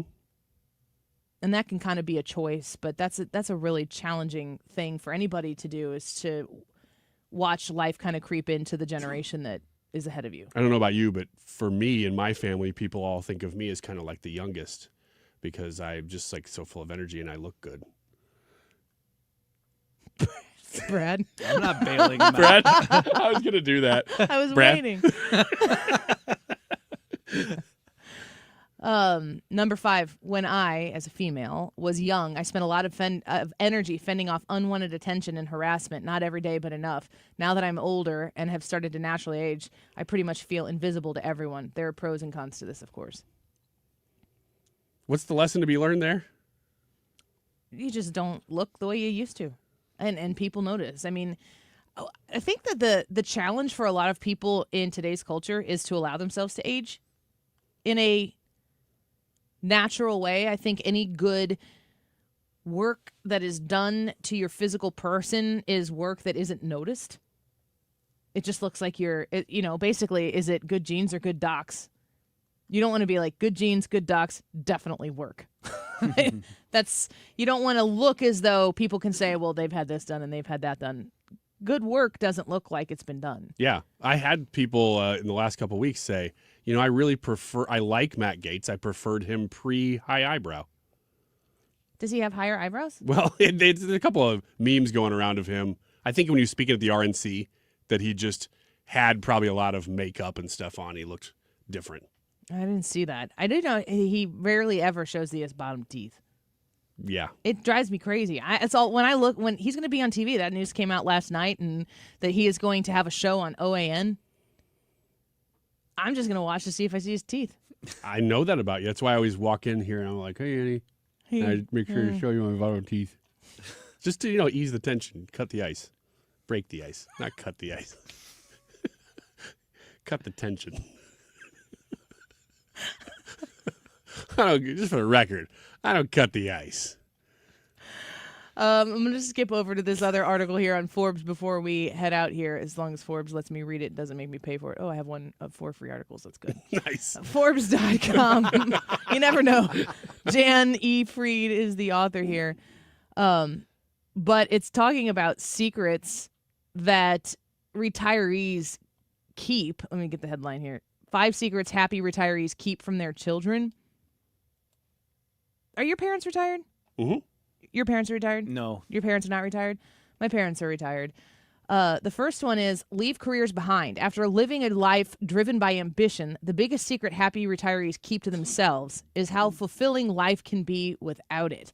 The focus changes from trying to be an important somebody, being a player, to becoming a nobody, yet living in an engaged way. Many retirees who hail from the boomer generation realize that we let our ambition get out of hand, and we are now happy to disengage from pushing ourselves to succeed and explore a less driven pace for ourselves. I think it would be very nice to just be able to be like, I don't care about any of that. So be it, but you do have to still do something. Yeah. You got to participate in life. But it doesn't have to be for accolades or climbing No. the corporate ladder or whatever Yeah. it is. Like all of a sudden you really like to garden, so you just do gardening. Your motivation has to change. Yeah. Number 2, accumulating is a burden. Have your parents gone through the get your stuff out of my house, I'm throwing it out the door into a dumpster? Kinda. They probably still have some stuff at their house, but yeah. It's probably been thrown away. No, my dream team, 1992 Sports Illustrated, what were they called? Swimsuit edition? No, not the swimsuit edition. I don't want to see Chris Mullins in a 2-piece. But what is this, 2024? Yeah. What are they called? The little action figures that were sports guys. There's a name for them. I know what you're talking about. And you can't figure it out either. Somebody in the I've chat got one of Ozzie Smith doing a Yeah, backflip. exactly. Forbes says the first half of life tends to focus on accumulating things. Gathering objects, experiences, and even certain relationships can confer comfort, status, and beauty. Plus, collecting things and even people is fun. However, most happy retirees eventually discover the joy that comes from getting rid of all the material things we accumulated over the years. I'm starting to understand. I've got 4 kids, so we have a lot of stuff. And I would like to have less of those things cluttering up space. Mm-hmm. Number 3, we're really not that busy.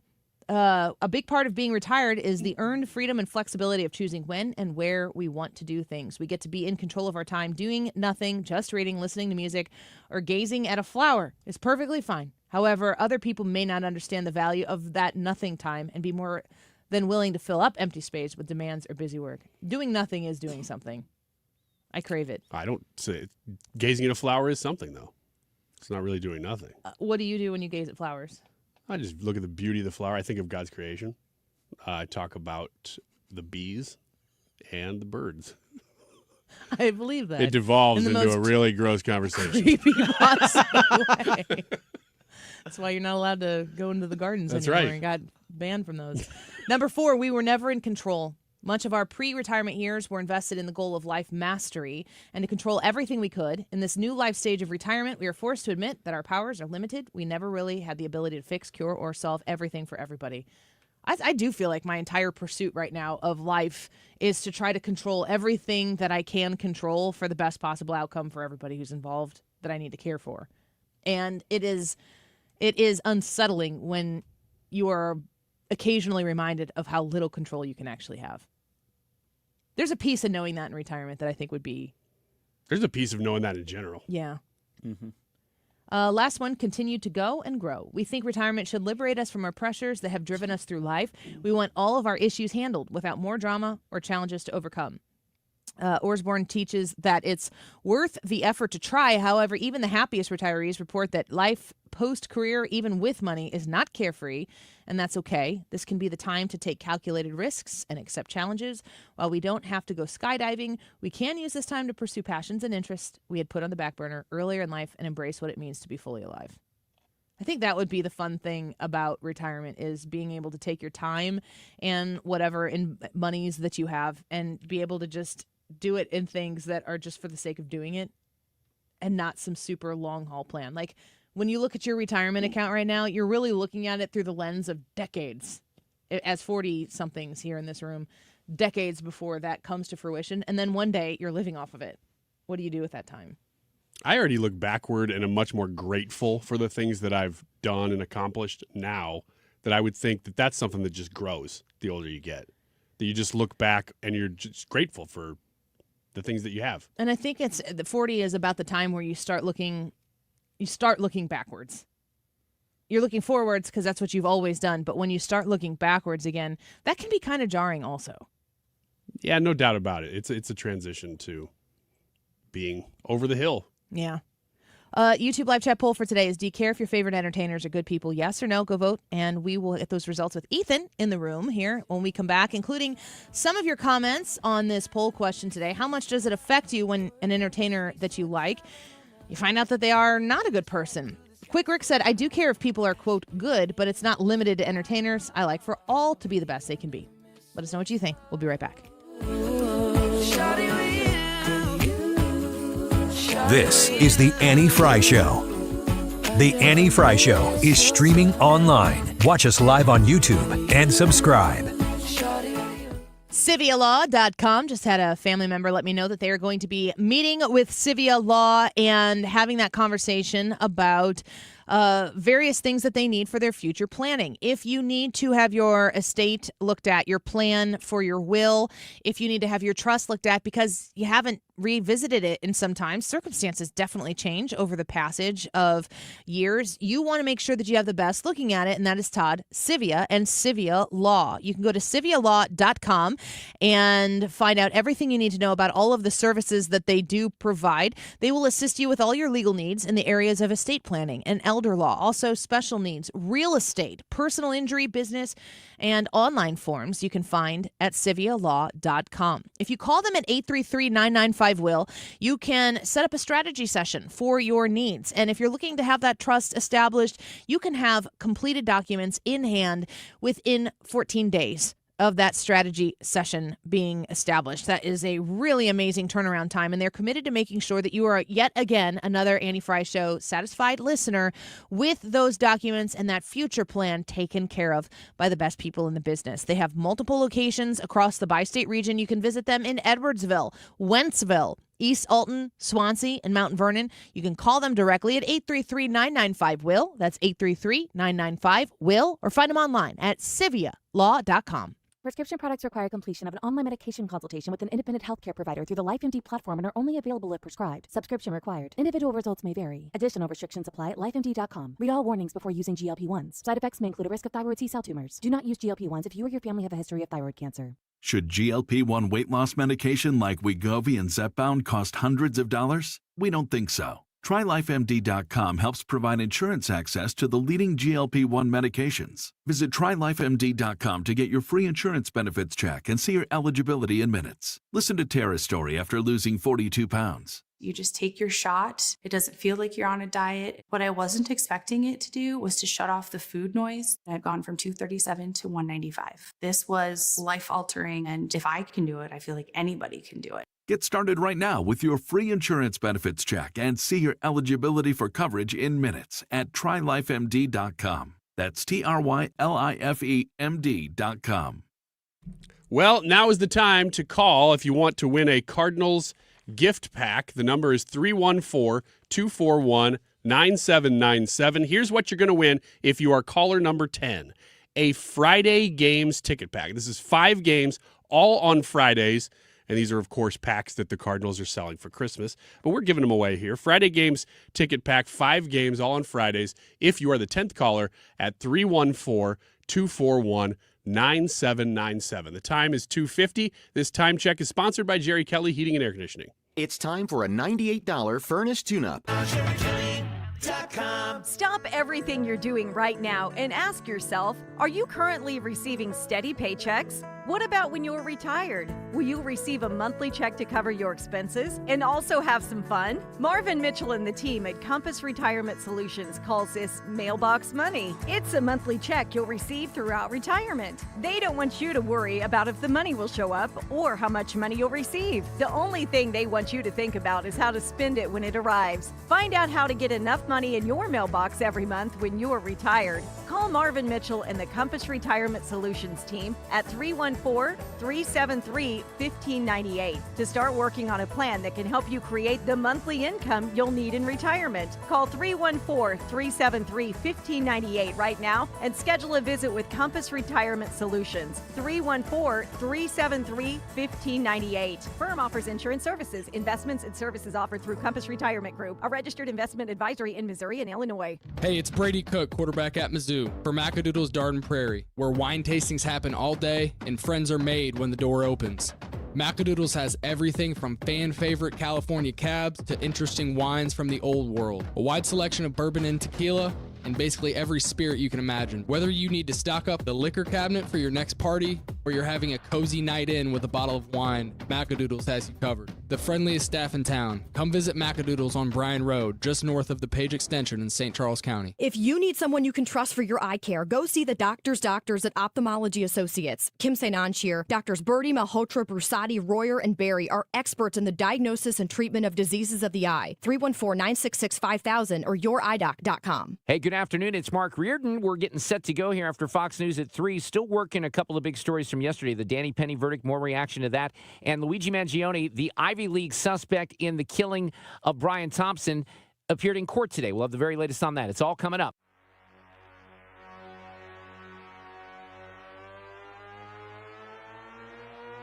This is the Annie Fry Show. Follow Annie on X at Annie Fry Show.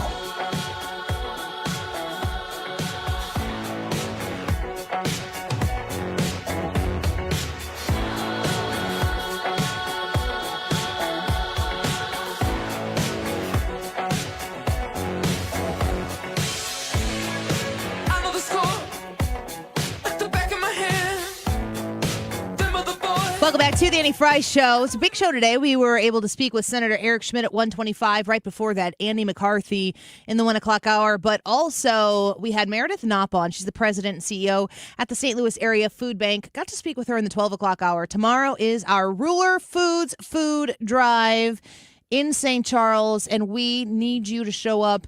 We need you to come out, and we need you to donate. We need you to be generous and charitable, because this is an opportunity for us to use our platform that, we get to come on here and talk about important things and then goof around and talk about other things and generally have a great time. But we get to take any sort of capital that we have together as an Annie Fry Show community, put it together for something that is greater than our event right here. We want to go and benefit and bless the St. Louis Area Food Bank, who is blessing the bi-state region. Both sides of the river, Missouri and Illinois, are stocked by the donations that are made to the St. Louis Area Food Bank. So tomorrow is a really big day, and we really hope that you show up. I can't wait. I love these days. I don't know, does anybody look to see what the weather's going to be like tomorrow? It's supposed to maybe flurry/snow tonight, but come tomorrow, I think it's just going to be kind of wintry feeling, but not like gross or anything. So there's no excuse not to show up. A couple ways that you can do this. One is that if you're going to go do your grocery shopping anyway, I actually really enjoy doing that. And then you just drop something in the cart on your way out or whatever. The other is if you're on your lunch break, whether that starts at 11 or is a little bit later, you can stop by, especially early part of the show, and see us. And now a lot of people really like to come in the 1 and 2 o'clock hour because that's when the momentum's really moving. So whatever it is, I mean, you don't have to stay long. Just come by and say hi and drop a canned good in there. When can I go, Ryan? You cannot come. No. I can't come? I think you're going to be here. Oh. Are you? Is he? Yeah, I'm going to be here. Gosh, I need to argue with somebody. I needed to know that earlier. We would like to have you out there. Next time, maybe Ethan. Trisha's going, Annie. Still. Sometimes working with two show hosts, it kind of feels like what I imagine being the child of a divorced parents would be like. It's like they fight over you. Like, no, I want him for Christmas. And a contentious one. For Christmas. I forget that I could completely slip my mind that you have other responsibilities than my show, which might also sound familiar.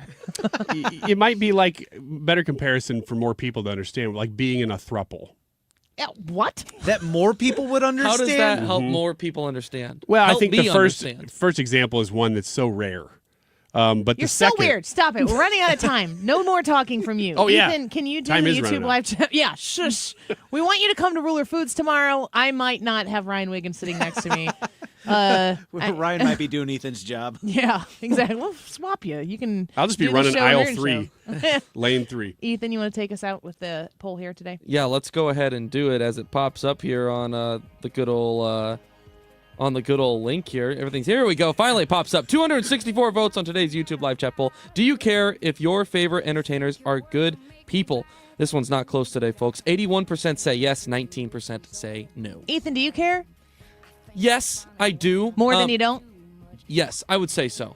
I wouldn't say it's like everything in me, but it's enough. Yeah. I think it matters more for children than it does for adults. Yeah, if you're but I still think it matters. If you're talking about who gets to penetrate the entertainment level of your family, that becomes a whole different thing as well. Thank you for voting. Please, folks, come out and support us tomorrow at Ruler Foods in St. Charles for our annual holiday food drive. We will see you there. Mark Reardon here next.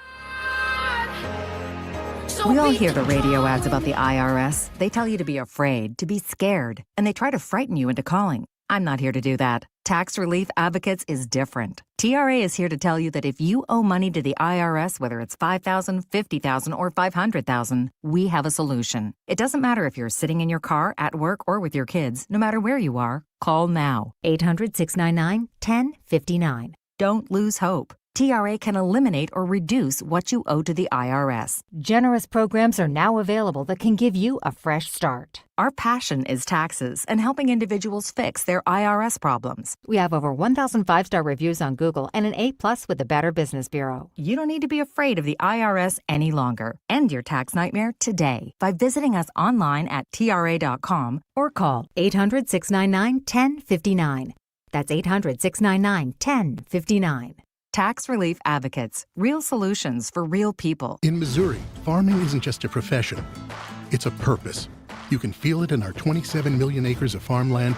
You can see it in the nearly 41,000 Missourians who work in agriculture. You can hear it at our farmers markets. You can count it in the $93.7 billion it brings our state. And you can taste it at your family's dinner table. A lot of farmers in our state rely on Bayer's tools and inventions because Bayer has a purpose too.